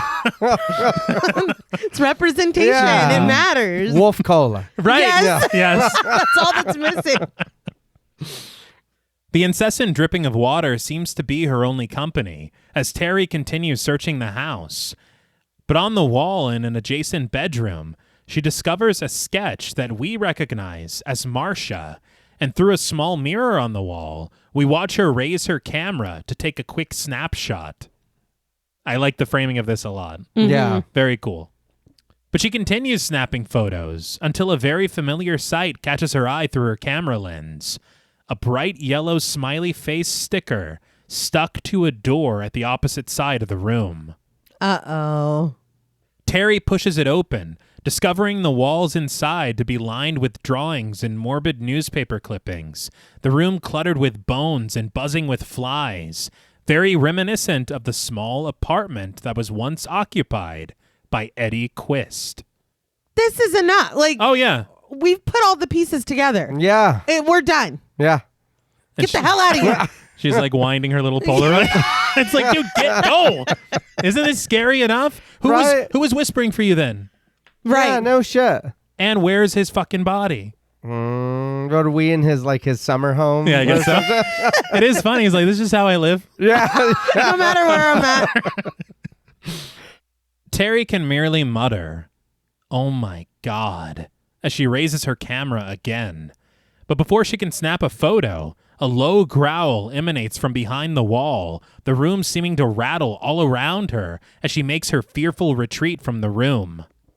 Terry closes the door behind her, racing for a nearby window and attempting to wrench it open, as whatever waits for her on the other side of the door begins bashing through. She's able to raise the window and tumble outside, just as the creature bursts through the barrier, and she rolls through the grass, her hand reaching for a small axe planted in a chopped log of wood. She seizes it, crawling away from the window above her, but a fiendish hand suddenly finds her from behind, clutching her shoulder. Terry is able to tear herself away, burying the axe into the animalistic hand that reaches for her. She brings it down again and again, severing it at the wrist. The creature cries out in vibrant pain, rushing off in the opposite direction as its large, hairy hand lies twitching in the grass, collapsing in on itself and slowly transforming into that of a human hand right before Terry's eyes. That looked really cool. Yeah. And again, this is confirmation of everything. Oh, for Yeah. sure. Oh, yeah. Dude, what more do you need? No. No room. I do like the way this looks. For me, it went on a little too long. And it took a little bit of the punch out of it for me. I think it folding on itself and then inflating again to turn human. If we would just get rid of those extra little 3 seconds and just it turning human, and then it. I think you said off mic when we talked about it. Dissolved. Right. So it's just that because it does look really cool. But it's the fold in and flip out. I was like, I hadn't thought about it until we watched that part, the three of us this morning together. Yeah. And when you pointed it out, it does. It's like a balloon. Yeah. And it's such an interesting choice because it is. It's but I mean, I understand if they're trying to do it all in one shot, maybe. But there are, let's get a reaction shot. Yeah. And then we cut back and like that. Right. Because, yeah, you're right. The balloon thing. It does. And again, everything around it is just that tiny middle part. Mm-hmm. But Terry shudders in disbelief at the sight of it, dropping her axe for some unknown reason and running as fast as she can through the forest and for the safety of the chalet. So the majority of these like really beautiful landscapes and parts of nature that we see in this film, they were filmed in Mendocino, California. Okay. But they also utilized Griffith Park in California and a studio on Cahuenga Boulevard. And so there is this section where she is running away from this wolf that in the span of like 30 seconds, we've gone to 3 different real life locations. Oh, shit. That's really cool. Yeah. And impressive. Yeah, you never feel that. And I think that part of it is, especially in the evening, because they switch in the evening too. John Hora, the cinematographer, he had talked about how they lit things in a way that felt unrealistic in real life. Okay. So that whenever they got to the studio, they could very easily recreate it. Right. All right. And so it's like you don't even think of that, but this is how there maintains this level of continuity. Yeah. But once inside the chalet, Terry enters Wagner's office, closing the door behind her and catching her breath. She reaches for the telephone at the edge of the doctor's desk, dialing for Chris. But we see the long-fingered hand of the creature pursuing her as it seems to press record on a tape recorder on the opposite side of the door. I was like, what? Why are you Yeah, sighing? This is great. now. Come on. Come on. What? Like, we're going to want to hear this. We need it for later. Terry gets a hold of Chris, and through tears, she declares, "Christopher, you're not going to believe this." But nightmarish visions find Karen in her bed, film reels threading through the projector and giving way to Bill's snarling transformation in the moonlight, forcing her to lurch upward with a gasp.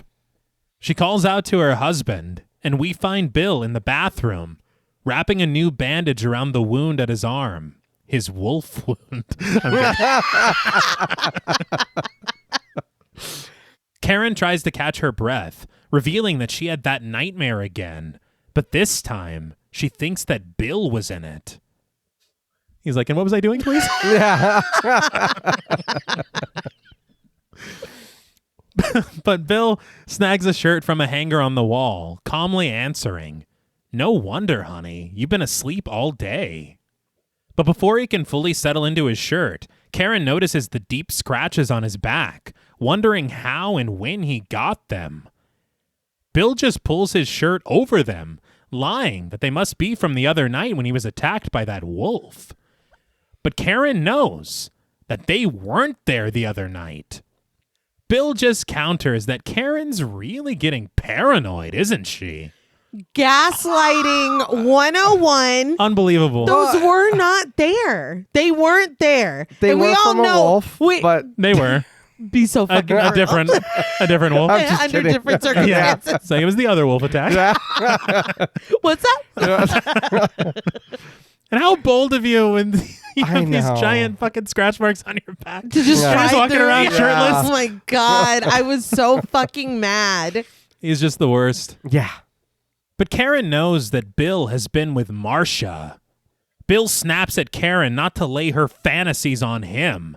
The discussion then devolves into a shouting match, with Karen seething. "She walks by you like a bitch in heat, and you..." But before she can finish her sentence, Bill responds with a stiff backhand to Karen's jaw. What the fuck? Yeah. Can't even believe it. No. Karen crumbles to her sheets in a sob, and when Bill tries to reach a remorseful hand to her, she orders him not to touch her. Karen climbs off the bed, gathering her clothes, and alerting Bill that she plans to call Chris. She says that he can come get her and Terry and take them home. And Bill can do whatever the hell he wants. As she tries to make her way past him, Bill seizes her by the shoulders, insisting that Karen doesn't know what it's like. What? Yeah. What's What? like? Yeah. What does that mean? I do. He's like, I'm turning into a werewolf Yeah. at Well, night. say that. I mean, I don't. Instead of just being vague. Well, that sounds. I mean, it can be taken a lot of ways. You just don't know what it's like. Well, what? Yes. Like? What Yeah. the fuck? Yes. What are you talking about? Because is it trying to be like a marital discussion? Yeah. Or are you trying to tell me something? Yeah. But Karen cries that she doesn't want to know, tearing herself away from him and locking herself in the bathroom to get changed. But in the chalet, a tearful Terry tells all to Chris, tying her findings to Eddie Quist. That felt like a rhyme. I didn't mean to do all that. No, rhyme the rest of the Fuck. This seems to surprise Chris, though, who tells his girlfriend that she isn't making any sense. Eddie Quist is dead.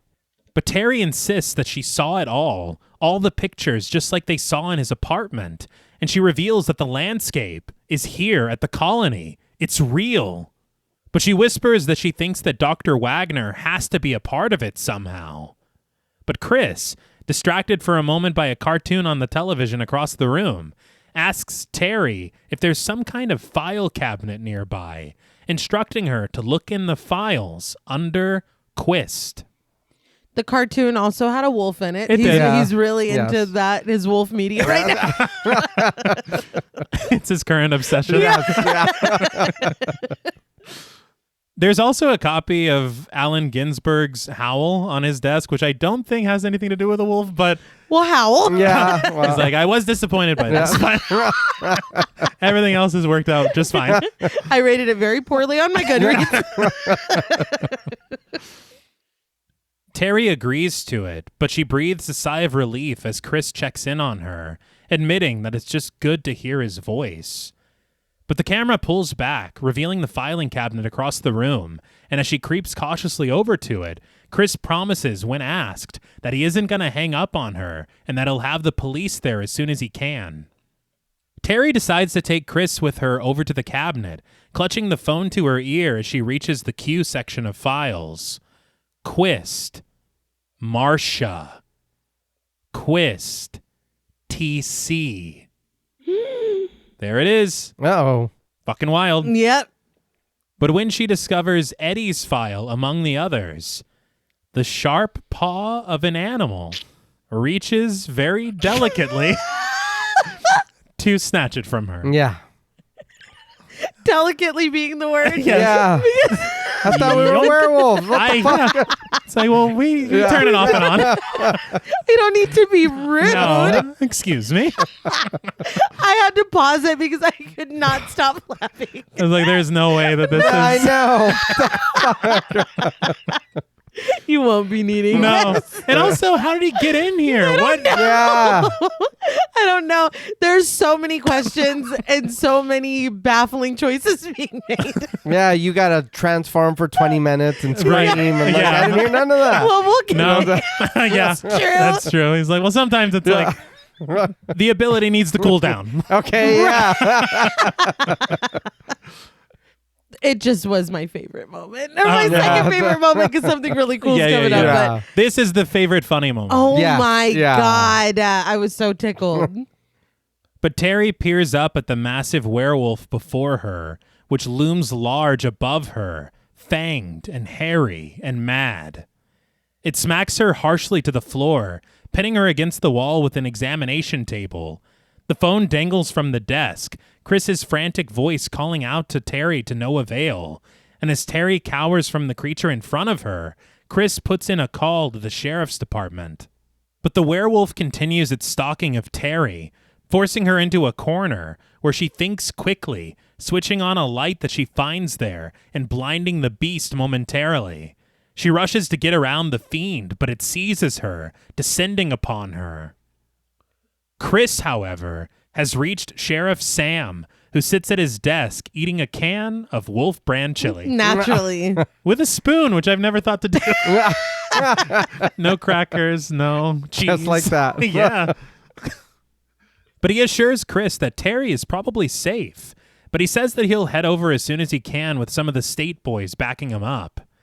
But back at the chalet, the werewolf lifts Terry off of her feet, its claws clutching the side of her face as she kicks against the creature to no consequence.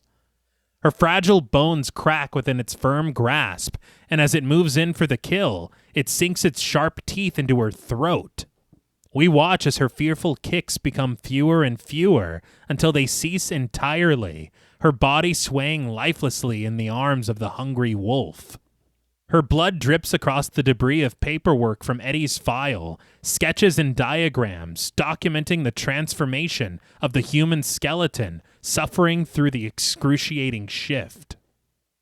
But Chris makes a stop at the occult shop, snagging the silver bullets and leaving a stack of cash on the counter. Walter scoops them up, shouting that those bullets are real silver and he needs to call a jeweler to see how much to charge. Damn. Chris just calls out, "Bill me," as he makes a hurried exit from the store, with Walter admonishing him as a crazy fuck. That was smart, at least. Yes. Yeah. And so you're like, okay, I guess I am glad that he didn't go with Terry then. True. Yeah. Although I feel like what happens to Terry isn't very fair. No! No. But back at the colony, an emotional Karen makes her way through the forest and over to Wagner's chalet, letting herself inside the doctor's office as she calls out for him. She discovers the mess left behind from Terry's ill-fated struggle with the werewolf, wondering what the hell happened here. She creeps her way deeper into the room, and behind a curtain, Karen discovers Terry's mutilated corpse, her throat ripped ragged and her bloodshot eyes staring into the ether right through her. Karen gasps sharply, covering Terry's body with a sheet and taking it way better than I would have. Yep. Yeah. What is that? I don't know. That's like if you accidentally spill your cup of milk on the nightstand and then you have to like That cover it with happened. something. Yeah. That happened last night, It and did. I'm not ready to talk about it. You spilled her milk all over my stuff. She did. But I was more upset about that. You than were. Yeah, you sure Yeah, were. that's she Yeah. is about this. Yeah. I got milk all over me. Yeah. Not here. No. No, she's like, He's like, damn. Yeah. You hate to see Yeah. it. And especially with everything that she has done, like she has gone to some really, really big places emotionally. Yeah. Yes. So it's like Yeah. she is more than capable of giving a very, very heartbreaking reaction here. So it was really shocking. Anybody who reacts that way to my death, I'm haunting you for the rest of your life. This is a warning. So you're just gonna cover me and move on? Wow. And shake your head slightly. She was my ride. Right, yeah. Now I do have to call Yeah. Chris. But Karen rushes for the phone at the edge of Wagner's desk, though before she can dial, animalistic howls seem to surround her, sending her staggering away from the phone and back over to the gurney where Terry's body rested. But now, lurching up from the sheet and seizing Karen by the shoulder, is Eddie Quist. He bids her a kind hello, his flesh pale and his eyes a pained red. He stalks toward her slowly, grateful at her presence and admitting that he really wanted to see her again. As Karen cowers away from him and over to the door, she reminds Eddie that she saw him die. But Eddie just scoffs, the low light catching the bullet wound at the center of his forehead, as he reminds her that she said over the phone that she wanted to get to know him.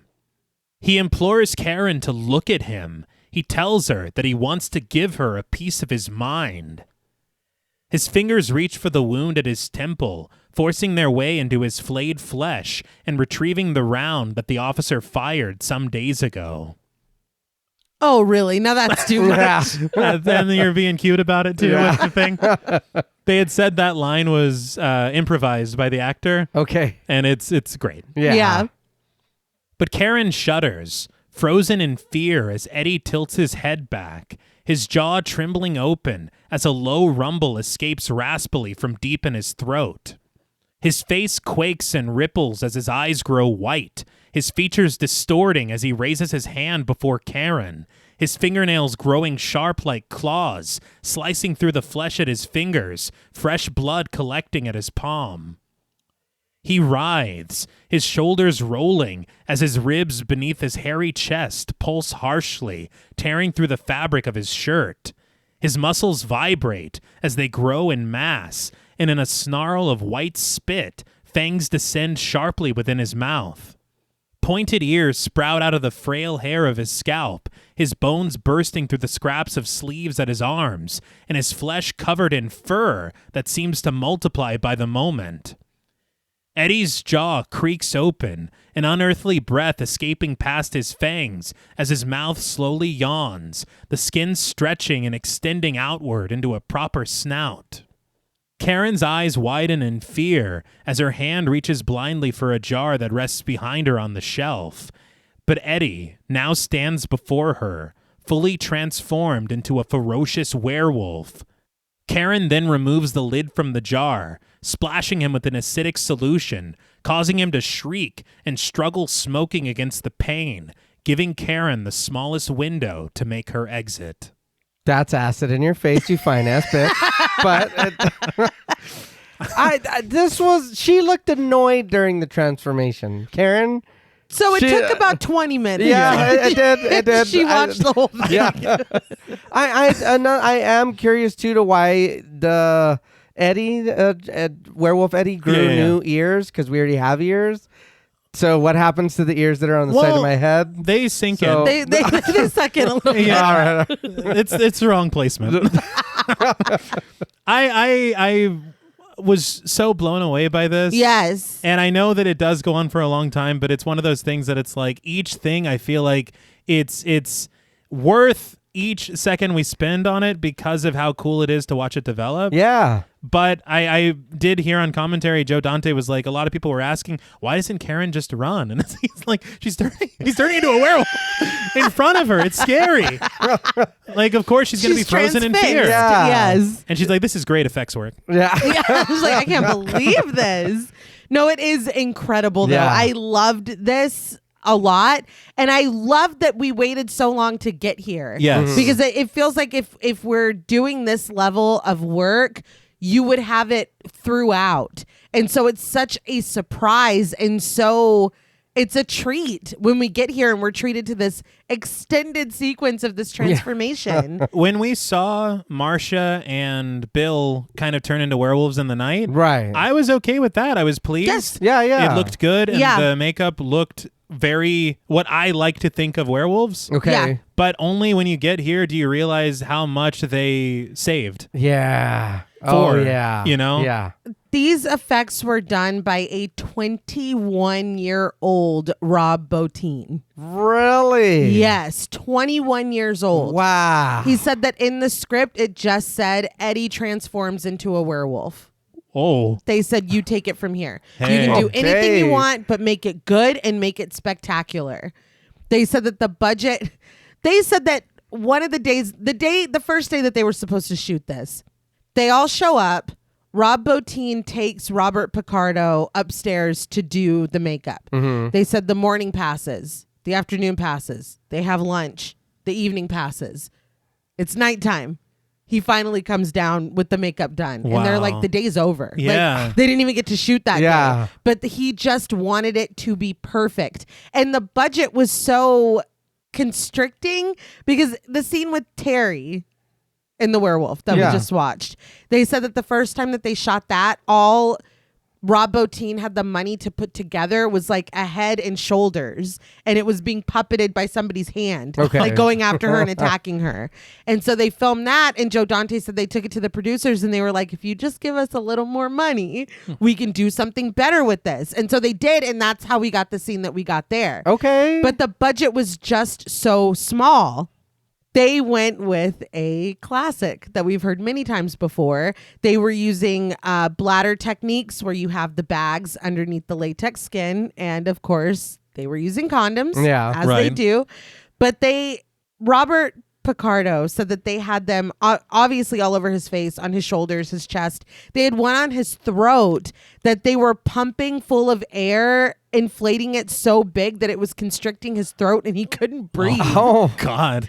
But there is no blueprint. There's no game plan. They're just inflating these. Some of them are popping. So Joe Dante said the ones that popped that they weren't planning on popping, they added bone cracking sounds. They were like, we can use it. All right. Like that can just be his flesh breaking apart. But I think he definitely rose to the occasion of make it good and make it spectacular. Oh, yeah. Because I think that this work is incredible and it does go on for a very long time. But I never felt like, okay, I'm in the whole time. It looks so good. And it's some of it is just as simple as pumping air into condoms under latex. Yeah. But the way that they do it, it looks fantastic. This was like, okay, I'm locked in for wherever we're going from here. Because where are we going from here? Thinking about it, I don't know timelines, but I wonder if this work is maybe what got him the gig on The Thing. Rob Bottin? Yeah, I wouldn't be surprised. Yeah. But Chris, however, has hit the road, stopping at a gas station to fuel up, but he gets into an argument with the man at the pump in front of him. It's like, we don't have time for this. I don't know why. I know. I think that was a cameo, if I'm not mistaken. Okay. It was a film director called Jonathan Kaplan, and what was interesting to me, Nate had said earlier that Belinda Bolosky was in a film called Cannonball. Mm-hmm. He was also in a small role in the film Cannonball as a gas station attendant. So I don't know what's going on here. Huh. That's hilarious. Okay. But Karen, though, has made her way through the fog into Bill's car, tearing the driver's side door open to climb inside. But before she can turn the key in the ignition, there's a knocking on the hood. And through the windshield, she spies Charlie and Jerry, who points his rifle at her. Charlie declares, "Come on out of the car, miss. We've been waiting for you." They force her through the forest and into the open doors of a barn, where the entire colony is waiting for her.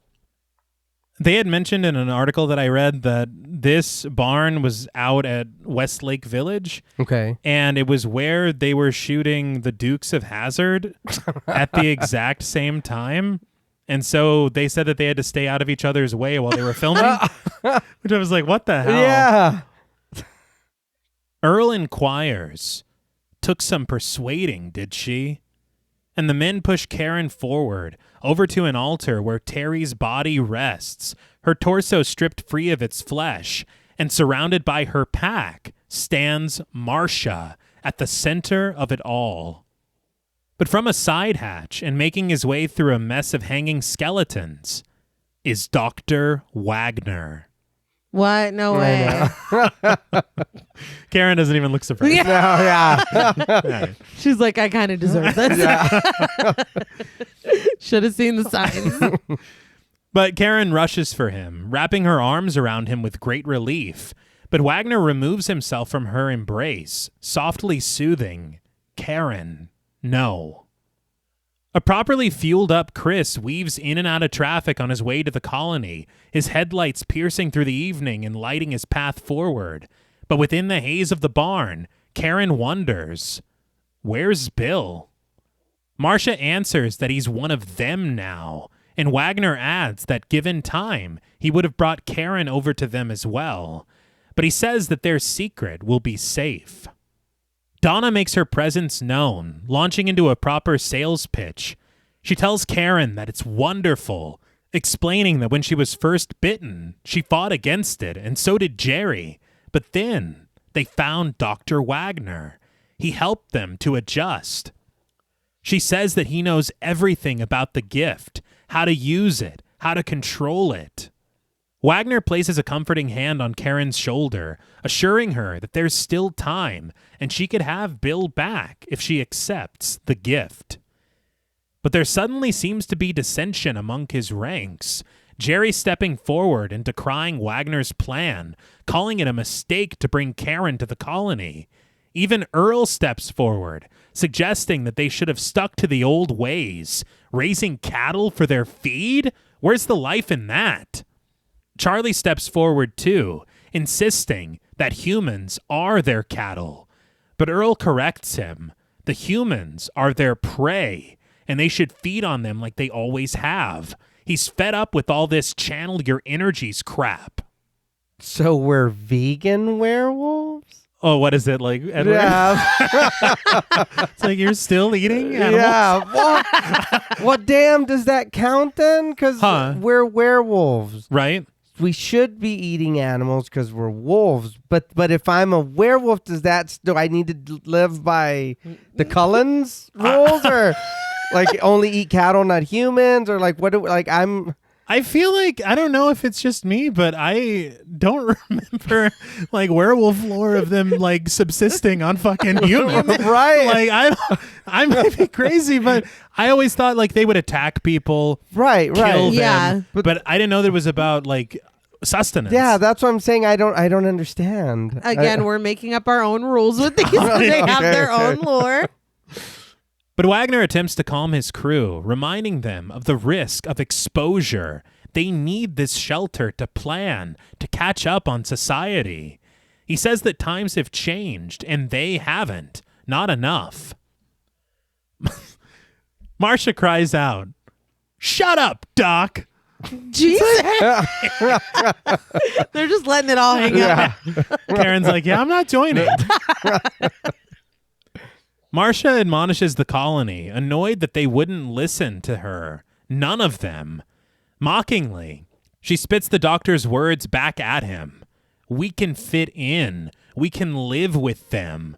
She seethes. "You make me sick." God damn. Yeah. This wounds the doctor. Well, yeah. He literally goes, "Marcia?" That's really sad. Well, he only turned her during the Spanish flu so that she wouldn't that's die. And this is how she repaid. Yes. But Marcia tells Wagner that he's through. Karen is theirs now. Which is very interesting because you remember the opening credits where there were a bunch of overlapping voices and stuff? Mm-hmm. She's ours now was there. And it was Marcia declaring it. Okay. Which is kind of odd. Yeah. Yes. But Chris finally arrives on the scene, none the wiser as he parks his car on the outskirts of the colony, stepping out of his vehicle with a rifle in hand. But inside the barn, a frenzied Karen tries to push past the group, only to be seized by Jerry and confronted by TC, who holds the stump of his right arm outward for Karen to see. He whines, "You see what your friend did to me?" So mystery solved. Yeah. I almost expected a bitch hog after that or something. I know. We were right there, honestly. Dude, he has that energy. Yes. Yeah. And honestly, I mean, whenever we see all the wolves being wolves, Yeah. there's no fucking way to determine who is who. No. Yeah. And so I did wonder, I was like, who is chasing Terry? Right. Was it Eddie that snatched his own file? Like, you know? Yeah. I don't know. Well, there's no way to differentiate werewolves except for one particular werewolf. Yeah. Yeah. And we will get to that. Wagner attempts to regain control of the colony, demanding to know if they've forgotten everything that they've learned. He reminds them that Karen can't just disappear. She's well known. Charlie acknowledges that Wagner is right, and they'll have to make it look like an accident. But the doctor puts his foot down. He won't let them do this. As he raises his arm defensively over Karen, Marcia sees this as her opportunity, reaching her sharp nails to slash across Wagner's face. Charlie joining in on the double team, nailing the doctor in the stomach with the butt of his rifle. As he crumbles to the ground, Earl joins the fray, shaking his head with an admonishment. "You can't tame what's meant to be wild, Doc. It ain't natural." I know we're all werewolves here. Yeah. But was anyone really disappointed to see Dr. Wagner get his ass kicked so quickly? Yeah. He put up absolutely zero fight. Yeah. I just expected better from him because I thought, again, especially with him being whatever, the owner and proprietor of the colony or whatever. Yeah. I thought that he would be like the mastermind. But he's kind of not because he went immediately to Karen's defense, which was also very interesting. You know what's also interesting? You saying that, or like that came to my mind. I know these werewolves have their own set of rules, but you guys are like, don't seem like you're taking very good care of yourself. Like, aren't you werewolves supposed to be fit, or you're supposed to like regenerate? We just heard your body parts, or if it's bad, or so what? taking good I'm just And TC's like, this hand's never coming back. I thought it was okay. Yeah, honestly, like, why do you care so much? It's, Like, have you ever seen Wolverine be like, damn it, dude, yeah. this sucks. Yeah. He just regenerates. Yeah, He's that's gonna be it. fine. Yeah. But Chris enters the doctor's office in the chalet, cautiously creeping his way forward, a recording of the doctor's interview with Terry sounding over the small speaker of a tape recorder on his desk. On it, she acknowledges that some of Eddie's victims look as if they had been torn apart by an animal, and she asks, "Doctor, what do you know about lycanthropy?" On the tape, Wagner can't help but chuckle to hear the term, describing it clinically and in the medical sense. But Chris sets down his rifle to peruse Eddie's file that rests on top of the cabinet. So he put it back. He did. Yeah. Yeah. He just didn't want her to have it. But when the interview on the tape suddenly gives way to the chorus of howls that Terry captured on her first night at the colony, Chris takes a step back, reaching for the barrel of his rifle. A sinister shadow suddenly stretches tall before him, Chris raising his rifle and staggering over to the door defensively, only for Eddie to appear, smashing through the glass and stealing Chris's rifle right out of his hands. The flesh of his face raw and melted away from the acid, but returned to human, Eddie snarks, "Hey, bright boy." Chris stumbles backward, asking in disbelief, "Eddie?" Eddie finds it odd that he knows him, but Eddie doesn't know Chris, and he wonders why that is. But Chris asks where Terry is, and Eddie just chuckles. Why? Was she your girlfriend? But he answers that she's at the ritual center down the path, where Wagner sends them to unwind. As Terry's screams and her struggles sound through the speaker, Chris demands to know what Eddie did to her. The light shining off of the exposed bone at his eye socket, Eddie just answers that Terry has a sexy voice. He likes a woman with a sexy voice. He instructs Chris to listen to this part right here, as Terry's screams grow frantic on the tape.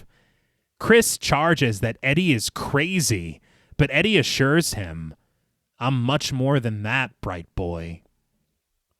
He then offers the rifle back to Chris, telling him to take it, to call it a gift. Chris does so reluctantly, looking down at the weapon in his hands as Eddie chops his own chest, goading him on with a chuckle. "Come on, bright boy. Don't you know anything?" And I have heard this a million times in my life because they did the exact same thing on Dogma.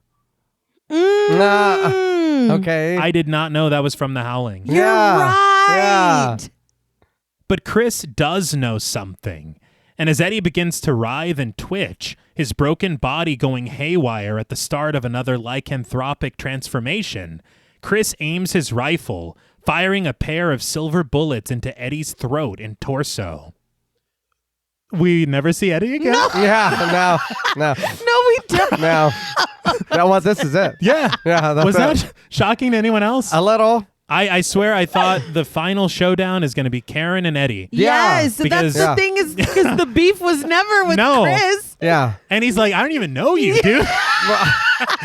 And you get to kill him? He does seem like he's the big bad, but like meeting people here and seeing it's like, so you were just here in therapy and you were going out and doing shit on the side. Yeah. You're Right. nobody. You got your second apartment in the city. Yeah. And then you're being a serial killer.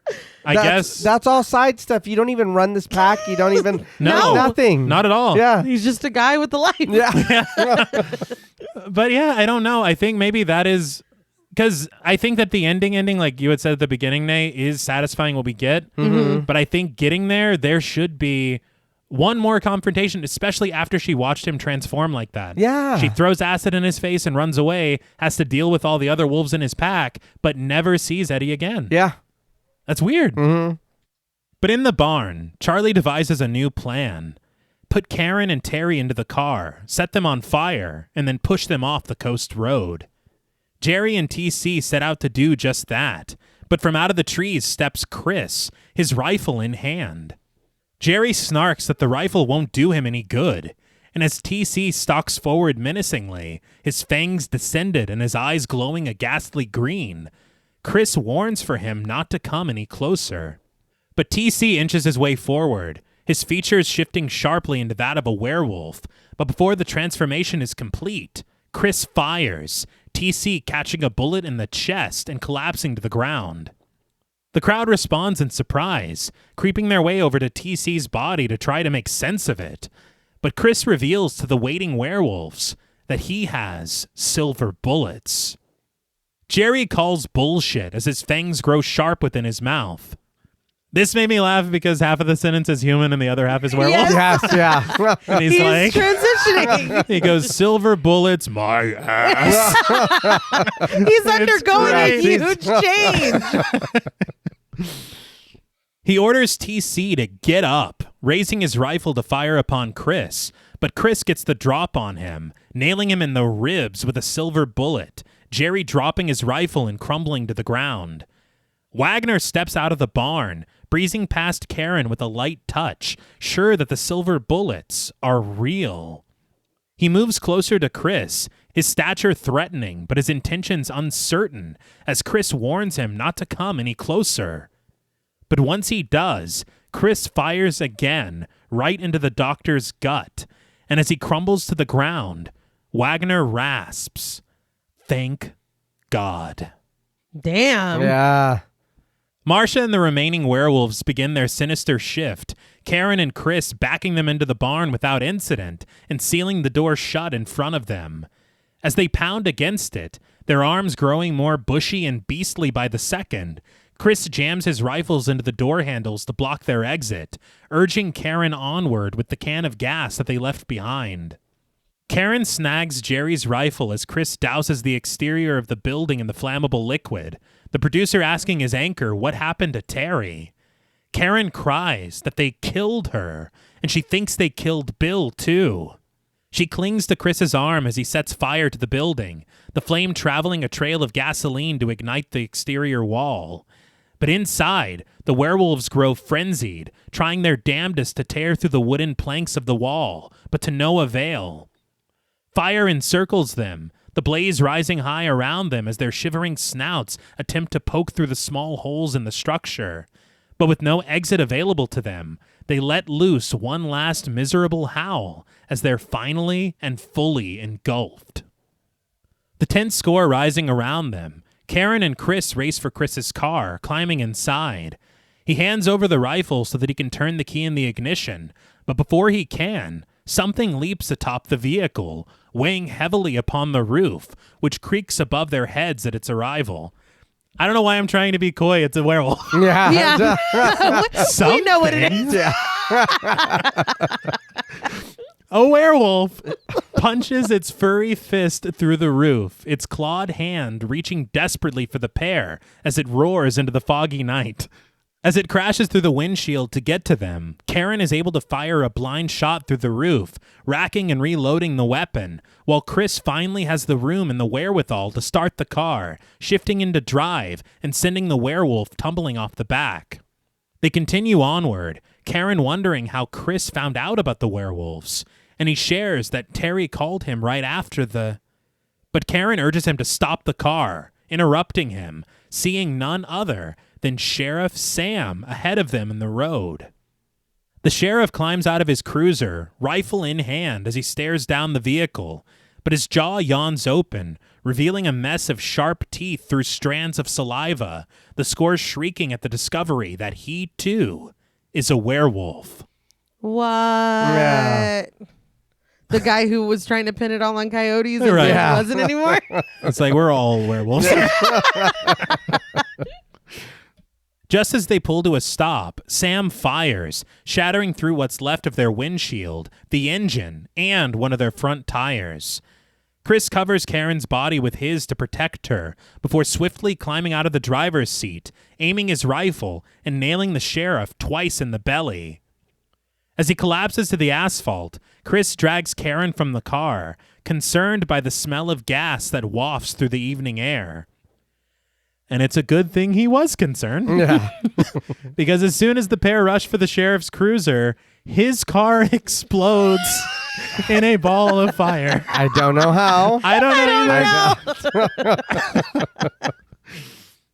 As they settle inside the new vehicle, Chris turns the key with desperate urgency, unable to get the engine to turn over.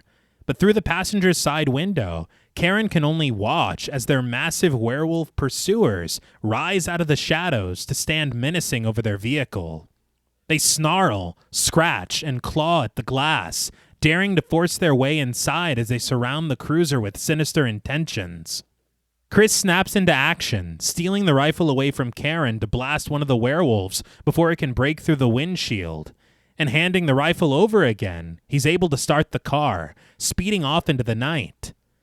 But one werewolf is able to crash through the back window, joining the pair as they race down the road. It slinks into the front seat, sinking its sharp teeth into Karen's shoulder with a brutal bite. Come on! I know. She screams in pain, but is able to aim the rifle backward, firing it right into the werewolf's ferocious face.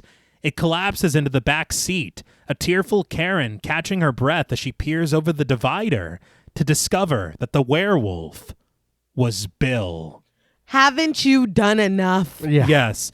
Here's the thing that I don't like about that is this is not werewolf lore where we're living.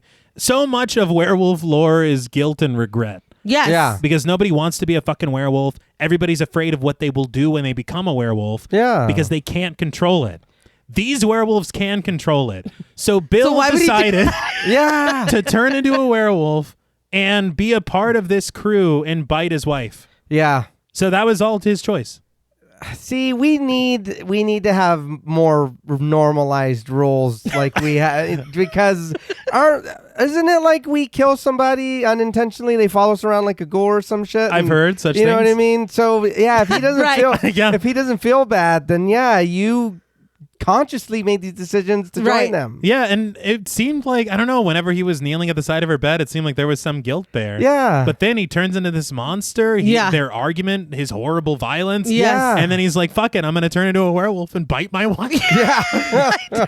These are my Yeah. family now. Yeah. The Quists. Resolve returning to her and resting within her weary eyes, Karen tells Chris that they have to warn people. They have to make them believe. And as they speed away, the 3 remaining werewolves, now made of clay, howl hungrily into the evening air. So I can explain this. They said that for the scene in the barn where all the werewolves are like burning and trying to get out and stay alive, that they had done that whole sequence in stop motion and that it looked incredible. But when they watched it in the context of the film, they're like, this doesn't look like anything else. Yeah. It looks completely out of place. So they got rid of it. And this little dissolve right here is the only thing that they kept. Okay. Oh, so at least there's something. There's Yeah. something, yeah. It caught me off guard. It did. Well, Yeah. It's because it's different. Yeah. It's so like seeing it, it's like, okay, they were right. Yeah. Yeah. It is a little Yeah. jarring, but I'm always here for a stop motion Oh moment. yeah. Absolutely. Yeah. Something they had mentioned as well was that they only had one full werewolf suit. And so when you rewatch the film and you think about that, you do see, especially in moments like this where there's supposed to be like 7, 8, whatever, 9 werewolves. Right. There's really one that is the focus, and then the rest is like hands, paws. Right. Yeah. And they do it in such a creative way that you never think for a second that there isn't another suit. Right. That's really Yeah. cool. But we return to the skyline of Los Angeles, panning across the towering structures with their well-lit windows until we finally arrive at the KDHB news studio. Karen sits in the makeup chair, with Chris excusing Fran, the uncredited makeup artist, and leaving the two alone to talk. He settles an uneasy hand on Karen's shoulder, almost unable to summon the words. I'm not sure if I can go through with this. But Karen tells him that he has to. The opening of the broadcast concludes, Fred watching the wall of monitors from the control room as the camera settles and centers on Lou Landers, who bids the viewers a good evening. He promises more word on that fire that's burning out of control up the coast tonight. But he shares that firefighters have determined that the blaze began at the Colony, an experimental living facility found by author and behavior expert Dr. George Wagner. As he elaborates on this shocking news, a clearly preoccupied Chris joins the others in the control room, and as he settles into his seat, he tells Fred that Karen is ready. But peering at her through the glass and through camera 2, Fred appears a bit unsure, asking if she looks all right to Chris. As Lou reveals that bodies have been discovered on the property of the Colony, burned beyond recognition, and what he says authorities are calling a Guyana-like spectacle, the camera focuses on Karen, who sits serene and certain next to her colleague. I thought them referencing Jonestown was kind of interesting. Mm-hmm. Yeah, and they've referenced the Manson family earlier. Yeah. It's almost, I think that lends itself to the commentary they're trying to make with this pop psychology and these almost cult of personality. Yes. Yeah. People that bring people into their orbit in efforts to, quote, help, unquote. Right. Yeah. And Jonestown, that was exactly what that was. I feel like that would have landed for me better, the parallels between those things, if Wagner was like scarier or like even more charming or more like disarming, or like it actually being a surprise that he is the one cultivating this or whatever. Because again, the second scene with him, I'm like, I got a bad feeling about this guy. I don't know. I feel like they could have been executed better, especially if we are trying to draw parallels between real atrocities and cult mentality behavior and, you know, things like that. Yeah. But Lou tosses it to Karen for an exclusive eyewitness report on the incident. Fred warns the crew that if she shows any signs of freezing like before, to cut right to commercial. But Karen is ready, clutching her copy in her hand. She bids the viewer a good evening, her voice soft but sure, as she reads directly from the script in her hand, which bears no resemblance to the words presented to her on the teleprompter. From the day we're born, there's a battle we must fight, a struggle between what is kind and peaceful in our natures and what is cruel and violent. Fred watches confused as Karen continues that this choice is our birthright as human beings and the real gift that differentiates us from the animals. When asked by his puzzled boss, Chris admits that they changed the material just a little bit. A little bit. Yeah. The camera arcs around Karen as she reveals that now, for some of us, that choice has been taken away. Lou couldn't possibly look more perplexed next to her as Karen reveals that a secret society exists and is living among all of us. She says they are neither people nor animals. They're something in between. Monstrous mutations whose violent natures must be satisfied. Fred just chuckles, resting his head in his hand as he crumbles onto the console and turns away from the screens. Lou makes a frantic phone call in the monitor for camera 1, and Fred urges the director to cut the broadcast, but Chris demands that they leave it, rising from his seat to shout at the men behind the desk. Karen understands the incredulity that must arrive at such a statement, but she promises the viewer that she has proof. She stands from her chair, her voice growing shaky as she explains that tonight she's going to show them something to make them believe. The score drones eerily as Karen's eyes suddenly glow a shimmering gold, her body trembling as she lets loose a pained shriek. Fred watches in abject horror, Lou stumbling from behind the desk, unable to hide his southern accent as he curses. But Chris joins the cameraman on set, watching as Karen becomes more animalistic, a tear breaking free from her eye as fangs sprout from her gums. I think that's probably one of my favorite shots in the whole film. Mm-hmm. There's something about it where she is between these two worlds. Yeah. And just the look on her face. Yes. But watching at home and flipping through his TV guide, a bewildered man, played by Mick Garris, Hey. asks his girlfriend, "What is this?" Somewhere else in the city, a pair of uncredited children watch the broadcast on a small television with their glasses of milk, the little boy letting out an amazed, "Wow." And when their off-screen mother asks what they're watching, the older sister announces with wonder, "The news lady is turning into a werewolf."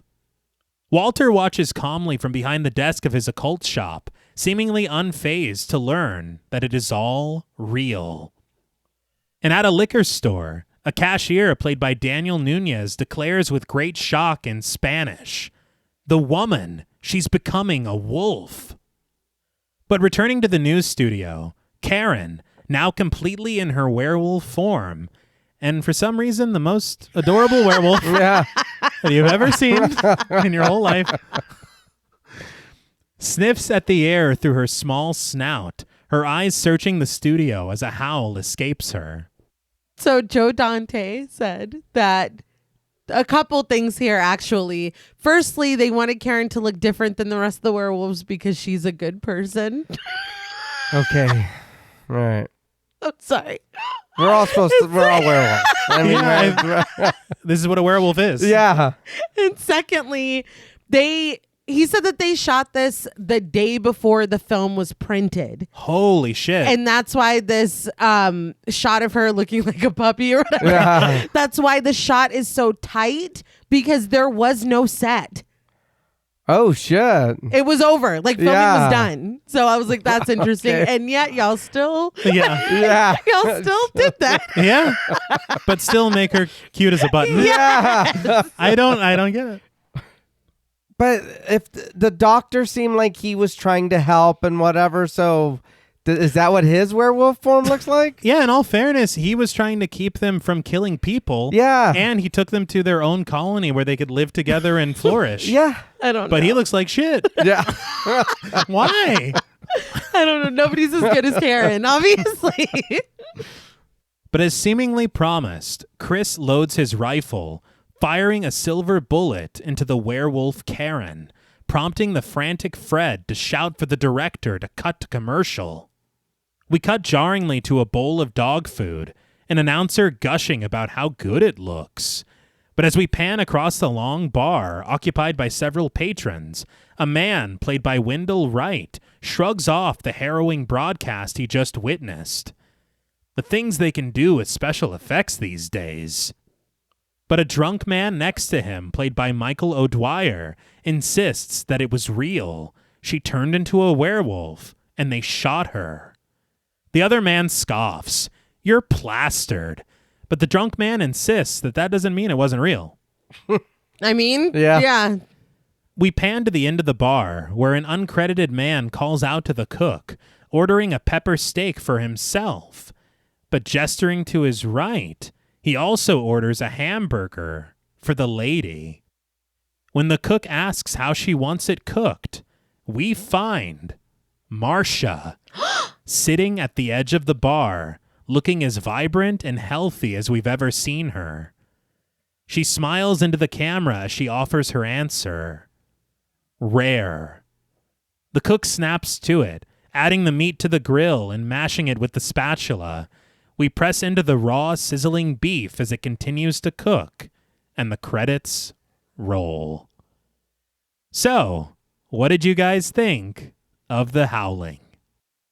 So we're still doing the werewolf thing with the burger, right? It was just It feels like, is she trying to be good? yeah. I don't know. I don't think so. Yeah. The way that she said it, I don't think so at all. I think she's like, I'm about to take this dude back to... Oh, That's how I took it. It seemed very nefarious. it did, but she ordered a burger. Yeah. Well, it's a snack. It's her appetizer. Yeah. So she did learn something then. Human food. Yeah. Right. Well, I guess she was a human first. Yes. It's like, I remember Oh, yeah. hamburgers. No, I had a lot of fun talking about the movie. I think as we went on, it did seem like maybe the back end wasn't as strong as what we had at the beginning. But even within saying that, I would have loved to stay with this, I guess, crime investigation for a little bit, and maybe some cat and mouse with Eddie instead of it being right away and then him not really meaning anything later on. Because that would have been cool, maybe to investigate, and then like, oh, these murders aren't right. Then it leads us to the colony or something. And right. then, but it being like, no, I'm going to send you over there. And then everything is just weird. And it's like, okay, I think this is bad. Yeah, honestly, like it's a conspiracy. Yeah. Where the colony exists, but they have to discover it. Right. That does make That a would have been a lot better. It is just, there's a few things, like I said, just gripes. And it is that, because we're with Karen, but I don't feel like we're with Karen. You know what I mean?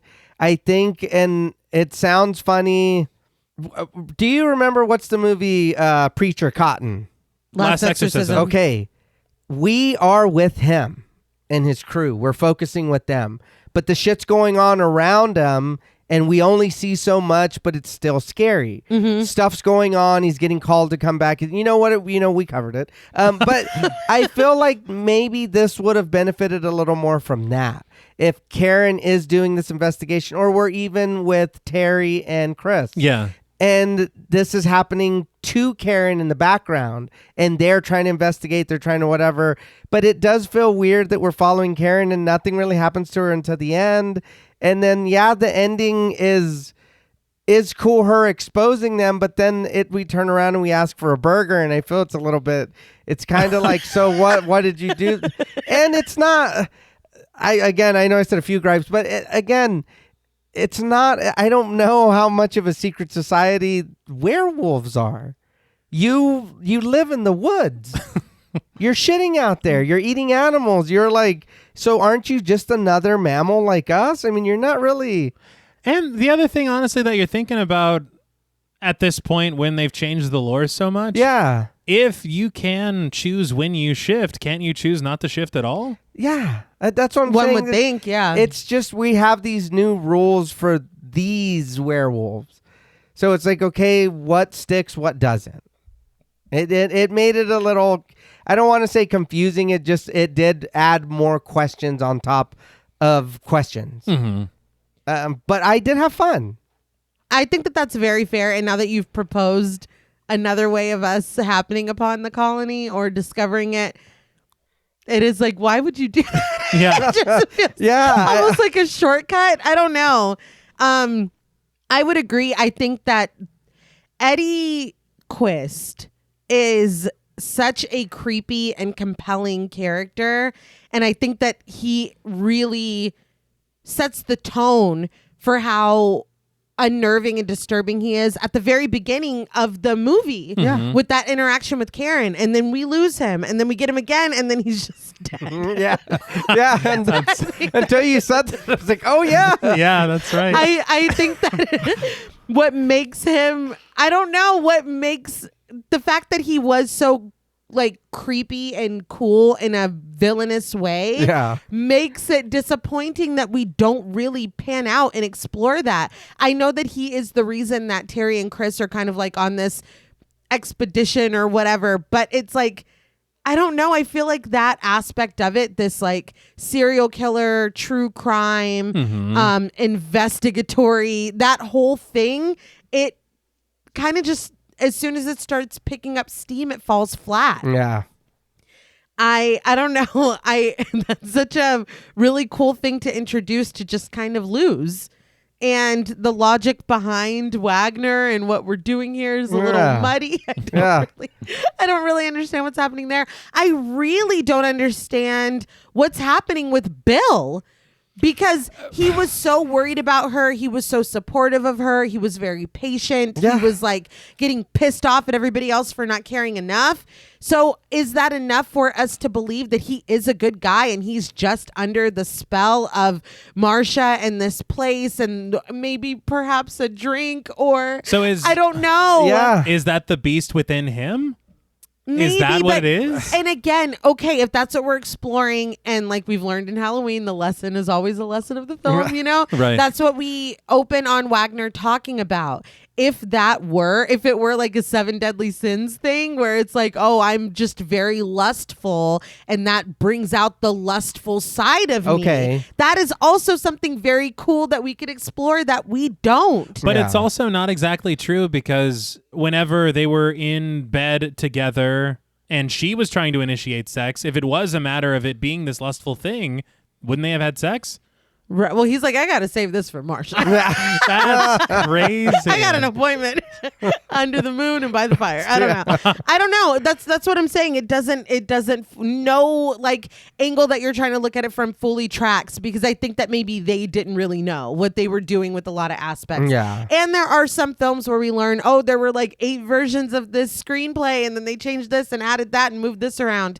Learning that there were different versions and they had to work on this a lot. You do kind of feel it if you're kind of peeling back too many layers of the story. It kind of falls apart. But if you're just watching it and enjoying it, I do think that this is a fun movie. I think that Joe Dante, there is going to be some silliness. You know what I mean? The folder. I have to highlight the folder. Dick Miller, his whole character was very entertaining, like a nice kind of comedic break from some pretty heavy themes that we're dealing with. Yeah. I don't know. I think that this is it is really good. I like it. I love the practical effects. I love, even though I'm not in love with them not being tied to the moon or, under the like a curse. Right. Okay. Like bound by the phases of the moon. I don't love that we are just abandoning that. But I do applaud them trying to do something different in revitalizing this, subgenre or this creature that I guess at the time people weren't really checking for. Yeah. I think that that's cool. I still think that they should be tied to the moon. Yeah. Right. Yes. Yeah. But again, I think that intentions could have been more clearly defined, because I still, coming away from this, having watched it twice and talked about it for hours at this point, I still don't fully understand what we were doing. Yeah. With the Right. Yeah. I don't really understand the intentions here. But again, it is fun. Like you were saying, John Paul, it is a fun watch. If you're just watching it, I think that you will definitely be entertained.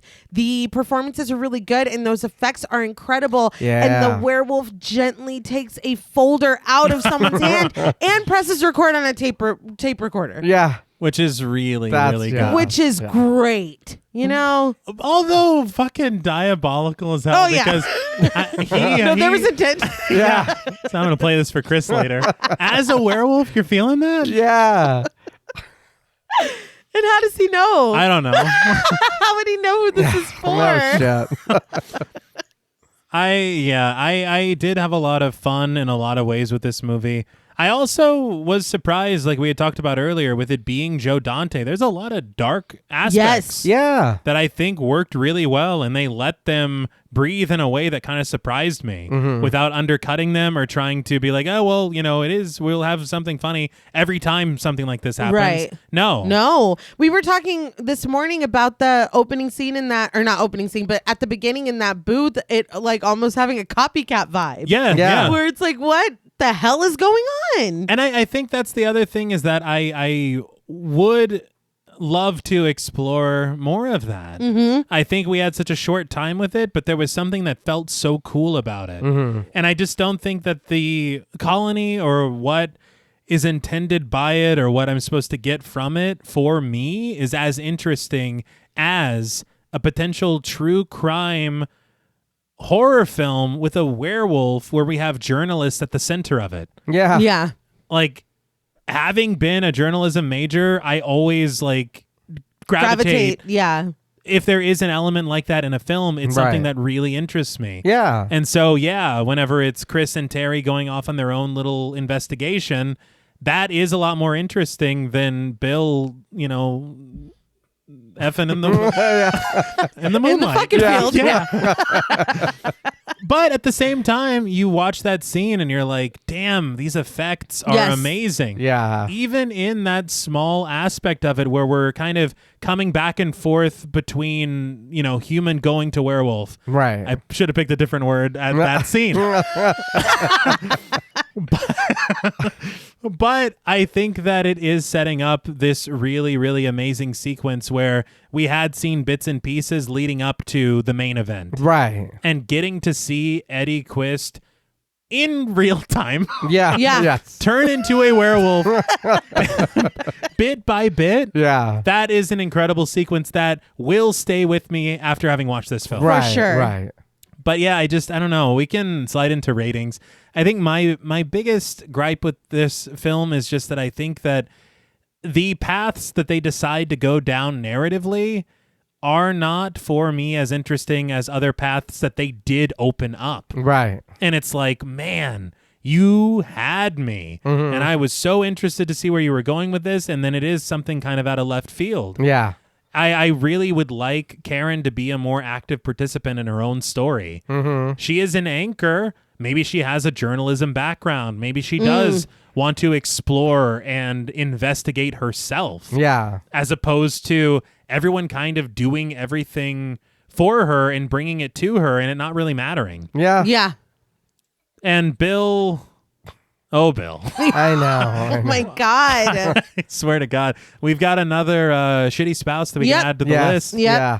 But I also, it is exactly as you said. I applaud the choices they made with changing the werewolf lore, but it is missing a lot of things that I love so much about the werewolf lore. Yeah. Though their creature design is top notch. Right. Right. Yes. Seeing the Yeah. full werewolf and even the puppetry, that is probably one of my, I would say maybe top 10 werewolf designs I've ever seen. Okay. Agreed. Okay. And as far as transformation sequences, that's probably top 5. Oh yeah. Like that was really, really good work. Yeah. But just one more round of applause for the music because I thought the score was great. Oh yeah. The performances were fantastic. Dee Wallace, even though I feel like her character there could have been more, I think her performance is fantastic. Yeah. And I think everybody else does a great job too. Robert Picardo. Yeah. Yes. Chilling. Yeah. And he doesn't have a lot of time, but every second counts because his performance is so impactful. Right. But I don't know. I think this one's kind of a weird one for me. And it's really hard to score. I think I obviously, without even thinking about it, the positives far outweigh any of the Right. complaints Right. that I have. I think that this is one that I will return to and rewatch again, if only for some of the really cool werewolf moments and some of the moments of suspense. Okay. Yeah. But for me, out of 10 tense and terrifying transformations, I am going to give The Howling 7 out of 10 tense and terrifying transformations.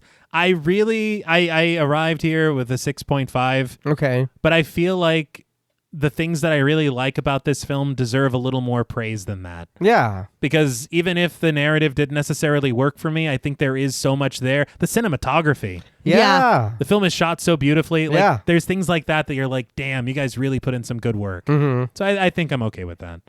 But I will now open the floor to you. No, yeah, I agree. I think a lot of like I said, the gripes for me are just kind of things that, personal stuff that I just kind of didn't like or whatever. But I think it is that too. Dee Wallace does do a good job, but there are times when the reaction to stuff just isn't big enough. And it is the putting, let me cover you up. You're dead. It's like, dude, that's your friend. What the hell? It does shift from the beginning, what we see in the beginning of the movie, like we said, into what we get towards the end. For me, that did hurt it some because it just made me confused at what I'm supposed to remember. Again, yeah, Eddie was cool, but again, after men, he didn't mean anything. So I was like, damn. And I hate saying it. I love the special effects, but sometimes they were a little long. It was like you're saying, we watched them transform. Oh, we watched them. Everything like we watched them. And I do wish I would have seen this as a kid because this is so cool. But again, I watched American Werewolf in London, and seeing that as a kid and then watching it as a grown up and being like, man, that's fucking beautiful. I can't compare this to that because again, I seen this now, but the effects really stand the test of time. I'm gonna be honest, it looks really cool. I had a lot of fun talking about it with you guys, and I can definitely see how people fucking love this movie. The one I do want to check out because I I want to see more transformations as dog soldiers. Yes. I want to see how the transformations happen in that. We I have want to so see many Ginger requests Snaps for that. transformations in that. And that. You know what I mean? Because now we're getting back into this werewolf thing Mm-hmm. and hearing how in 81 it was like nobody really cared about werewolves right now, so we're trying to bring it back. You know what I mean? It Yeah, was there like, was a resurgence. that's crazy. But I enjoyed a lot talking about this movie with you guys. So for me, on a scale from 1 to 10, tense and terrifying transformations, I'm going to give The Howling a 6.5 out of 10. Again, I wish I would have seen this when I was younger. That would have been so fucking cool. But it is those little things now, watching it through adult eyes, that are just kind of like, that's cool. That's fair. I agreed with you at the beginning. I think that seeing this as a kid would have rocked my shit. Yeah. And it's it's a bummer that I'm at my big age of 36 watching this for the first time. But yeah, I mean, I think I've already laid out everything that I liked and I didn't like. It took me through a lot of emotions, some shock at the beginning of what I was even watching, being afraid for Karen, being, and just simply maddening moments like fucking Bill. Yeah. Yes. You're my husband. We've been here for like 2 nights and you're out there fucking a werewolf? That's insane. While I'm in bed struggling with PTSD. Yeah. And then you're going to come home and gaslight me with scratches on your back? Yeah, it was that. I'm hitting the roof. I couldn't believe it. And you're also a werewolf? Yeah. And you're a werewolf And you too? bit me? I just can't. So you don't know what it's like. He's like, I'll show you what it's like. The indignities never cease. But there are, again, a lot of, subtopics in this that I'm very interested in. Those things are very compelling. It would just be nice if we really carried that ball over the finish line, because it did get dropped along the way. I know that there was a lot going on, a lot of, limbs being chopped off and condoms inflating and, a lot of things going on. Right. But at least one of those things I would have loved to have reached the ending. And speaking of the ending, I love this display on the news of her being like, look, we got to tell everybody, like we have to warn everyone, and kind of sacrificing herself to do that. I don't like how she looked. No. That is really visually the only miss in this film for me. Well, you see that and people watching and like, it's not that bad being a werewolf. Yeah. Dude, I'm going to be cute as hell. But again, there are moments like John Paul was pointing out that just don't match. The reactions don't match what we're being presented. Overall, though, I kind of feel like this is one that might grow on me even more. I've already had a better time with it watching it the second time, and thinking of moments and visuals and kind of sequences now, even looking back at it wistfully as we wrap up, I'm like, it was entertaining. Yeah. It was fun. Was it fully cohesive? And did it make total sense? No, I cannot say that it did, but it is a fun watch, and I'm glad that we have all finally seen it now. It's about fucking time. 45 years later. Yeah. Well, we don't need to say numbers. All right. We're creeping up on some birth years. So I will say, on a scale from 1 to 10, tense and terrifying transformations, I also gave The Howling 7 out of 10 tense and terrifying transformations. I think that this is a lot of fun. And again, as we were saying, I don't think that the only moment in this is that transformation, but the transformation is worth the film. Absolutely. Even if that's all you come for. Careful on the wording. Yeah. Well, fucking Bill.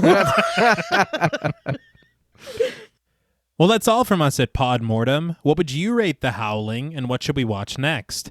Let us know on Instagram at the Pod Mortem. Don't forget to follow us on Twitter and like our Stairhole Productions page on Facebook. Be sure to follow each of us on Instagram and Blue Sky at TravisMWH, at Blood and Smoke, and at Juggalo Daddy 84. Thanks again to Original Cinematic for sponsoring this week's episode. Please consider pledging to our Patreon, where you'll gain access to over 250 hours of bonus content, our monthly schedule, our Discord server, and the opportunity to help us decide which films to cover. And if you're looking for Pod Mortem and Stairhole Productions merch, follow the link in our episode notes. Stay tuned until after the music for a special thank you to our Wendigo Getter patrons. And remember, no one path to healing is the same. Know that even when the going gets rough, your instincts will help guide you out of the woods. Until next time.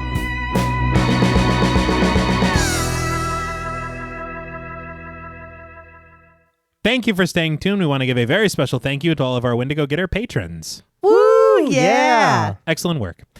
A very special thank you to Chris Ontiveros, Kristen Lofton, Megan Martinez, Kimberly Bass, Sophie Hodson, Anthony Jerome M., Jordan Nash, Kent Morton, Lala Tamez, Travis and Nisa Hunter, Miguel Myers, ATX, Jennifer Perez, Allison O'Neill, Carissa, TJ and Angie Bronson, Andy Teague, Appelin Ontiveros, Karima Rhodes, Kimberly Kleindienst, Bobby Holmes, Donna Eason, JD Rizak, Molly Gerhardt, Armand Spasto, Aaron Aguirre, Eggy, William Barry, Charity Oxner, Amanda Six, Mandy Rainwater, Jordan Roberts, Dylan, Spencer Montalvo, Pancake the Panda, John Ramos, Michael Newting, Alexis Roberts, Itzy M, Gary Horton, Kate Lamp, Carlos and Sydney, Jessica Hunter, Helena Rudder, Alan Johnston, Mariah, Livy Fun, Scott Troutman Wise, Mozzie Bear, Dave Burke, Emma Hagel Kissinger,